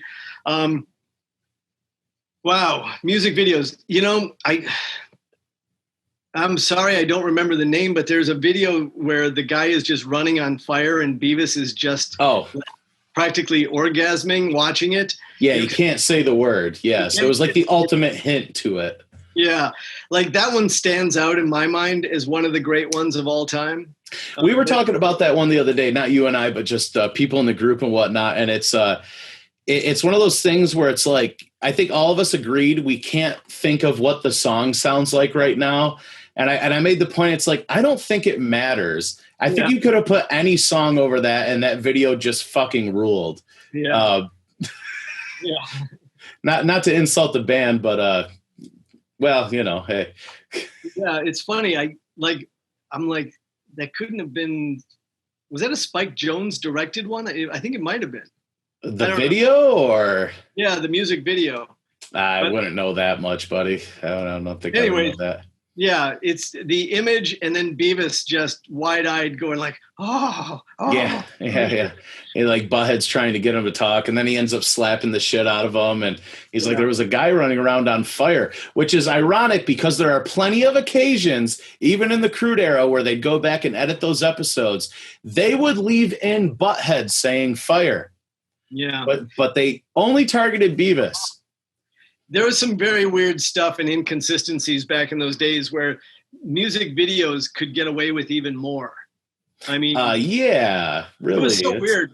Like there was an episode where they went over to Tom Anderson's house for the yard sale, and they were buying his weed trimmer. And he called it a bushwhacker. And so Beavis and Butthead are like, bushwhacker, you know, and the standards department said we couldn't say that because, you know, it was Bush was, you know, was referring to women's genitalia, and it was sexist, and we got a big talking to. I got a big talking to, and you know, and I tried to argue for it, and I said, what about in music videos where I said, first of all, there's no woman present in that scene when Tom Anderson calls it a bushwhacker. Yeah. You know, he's an old-fashioned guy using an old-fashioned term. And Beavis and Butthead hear the dirty version, bush and whacker, and they actually use it and cut the top of a bush off, and are laughing. And she says, it doesn't matter that there's no female character in there. You still can't say that word. And I said, well, what about in the music video for the band Hole? They keep laughing at the name of the band Hole. And she argued that that was empowering because it was a female-led band who chose the name Hole, so it's okay for them to say Hole and laugh at Hole. No! Yeah. I love it when people try and be so inoffensive that they're more offensive. Yeah. So, look, obviously, it was one of those things where you're just like, okay, we'll change it. I don't really understand your logic. But, you know, since you seem to think you have clear logic and you're a lawyer and this is what you say, it's like, okay, fine. It's not going to kill the episode to take out Bushwhacker. But it's just, some of those battles were crazy that we had over language choices. Yeah, we've all heard the story of ass munch to ass wipe or whatever, whichever it was there. He just said butt wipe so many times the ass wipe finally came in and whatnot. It's funny, though, in a lot of ways, even the fire controversy, through all the censorship and everything you guys went through, I almost feel like it forced you guys into creating the show that you ended up doing. A good contrast is Comedians, where they burn down the comedy club, and then Oil Change, where they burn down their job. And Comedians, they just play with fire, which results in the burning down. And Oil Change, they're told to change the oil. And so they go to... what's the word I'm looking here for, Chris? The auto mechanic, and get oil and pour it into the grease and start a fire. So it's almost like you guys had to become. I don't know how to put it exactly, but you could do the same things, but you wrote it in a more clever way that was like, well, they don't understand that they did it. Yeah. Yeah, that's a good classic thing of just like, well-intentioned but misguided and ignorant, and you can understand how they could make the wrong choice. Yes. But yeah, I mean, and we obviously had fun playing with that stuff. Larry Doyle wrote a great script, Liar, Liar, where Beavis goes, liar, liar, pants on. Whoa. They would go right up to the edge there. I think Larry wrote some of the greatest scripts of the whole series. Choke, Nosebleed, Final Judgment. Yeah. I mean, it's hard to hold a candle to Choke. That's a pretty fucking brilliant episode right there. That's especially because you get to see some dynamic of Beavis alone. Yeah. I absolutely love that one. I know that's one my mom especially was cracking up to. Well, I mean, I imagine we're going to start wrapping it up here. It is a freaking honor, dude, just to have been able to talk to you. The fact that you've done this, I mean, I have the world's largest Beavis and Butt-Head collection, but getting to talk to you is the most important piece of that collection. I mean that from the bottom of my heart, my soul, and my wiener. Well, it's been a thrill talking to you and getting to relive some of these memories with you and your joy. And, it's like you're excavating stuff, from my past in a way too. And it's fun to talk about it and share some of this with you. And it's nice that you've got these people online that respond to you and your enthusiasm and follow you.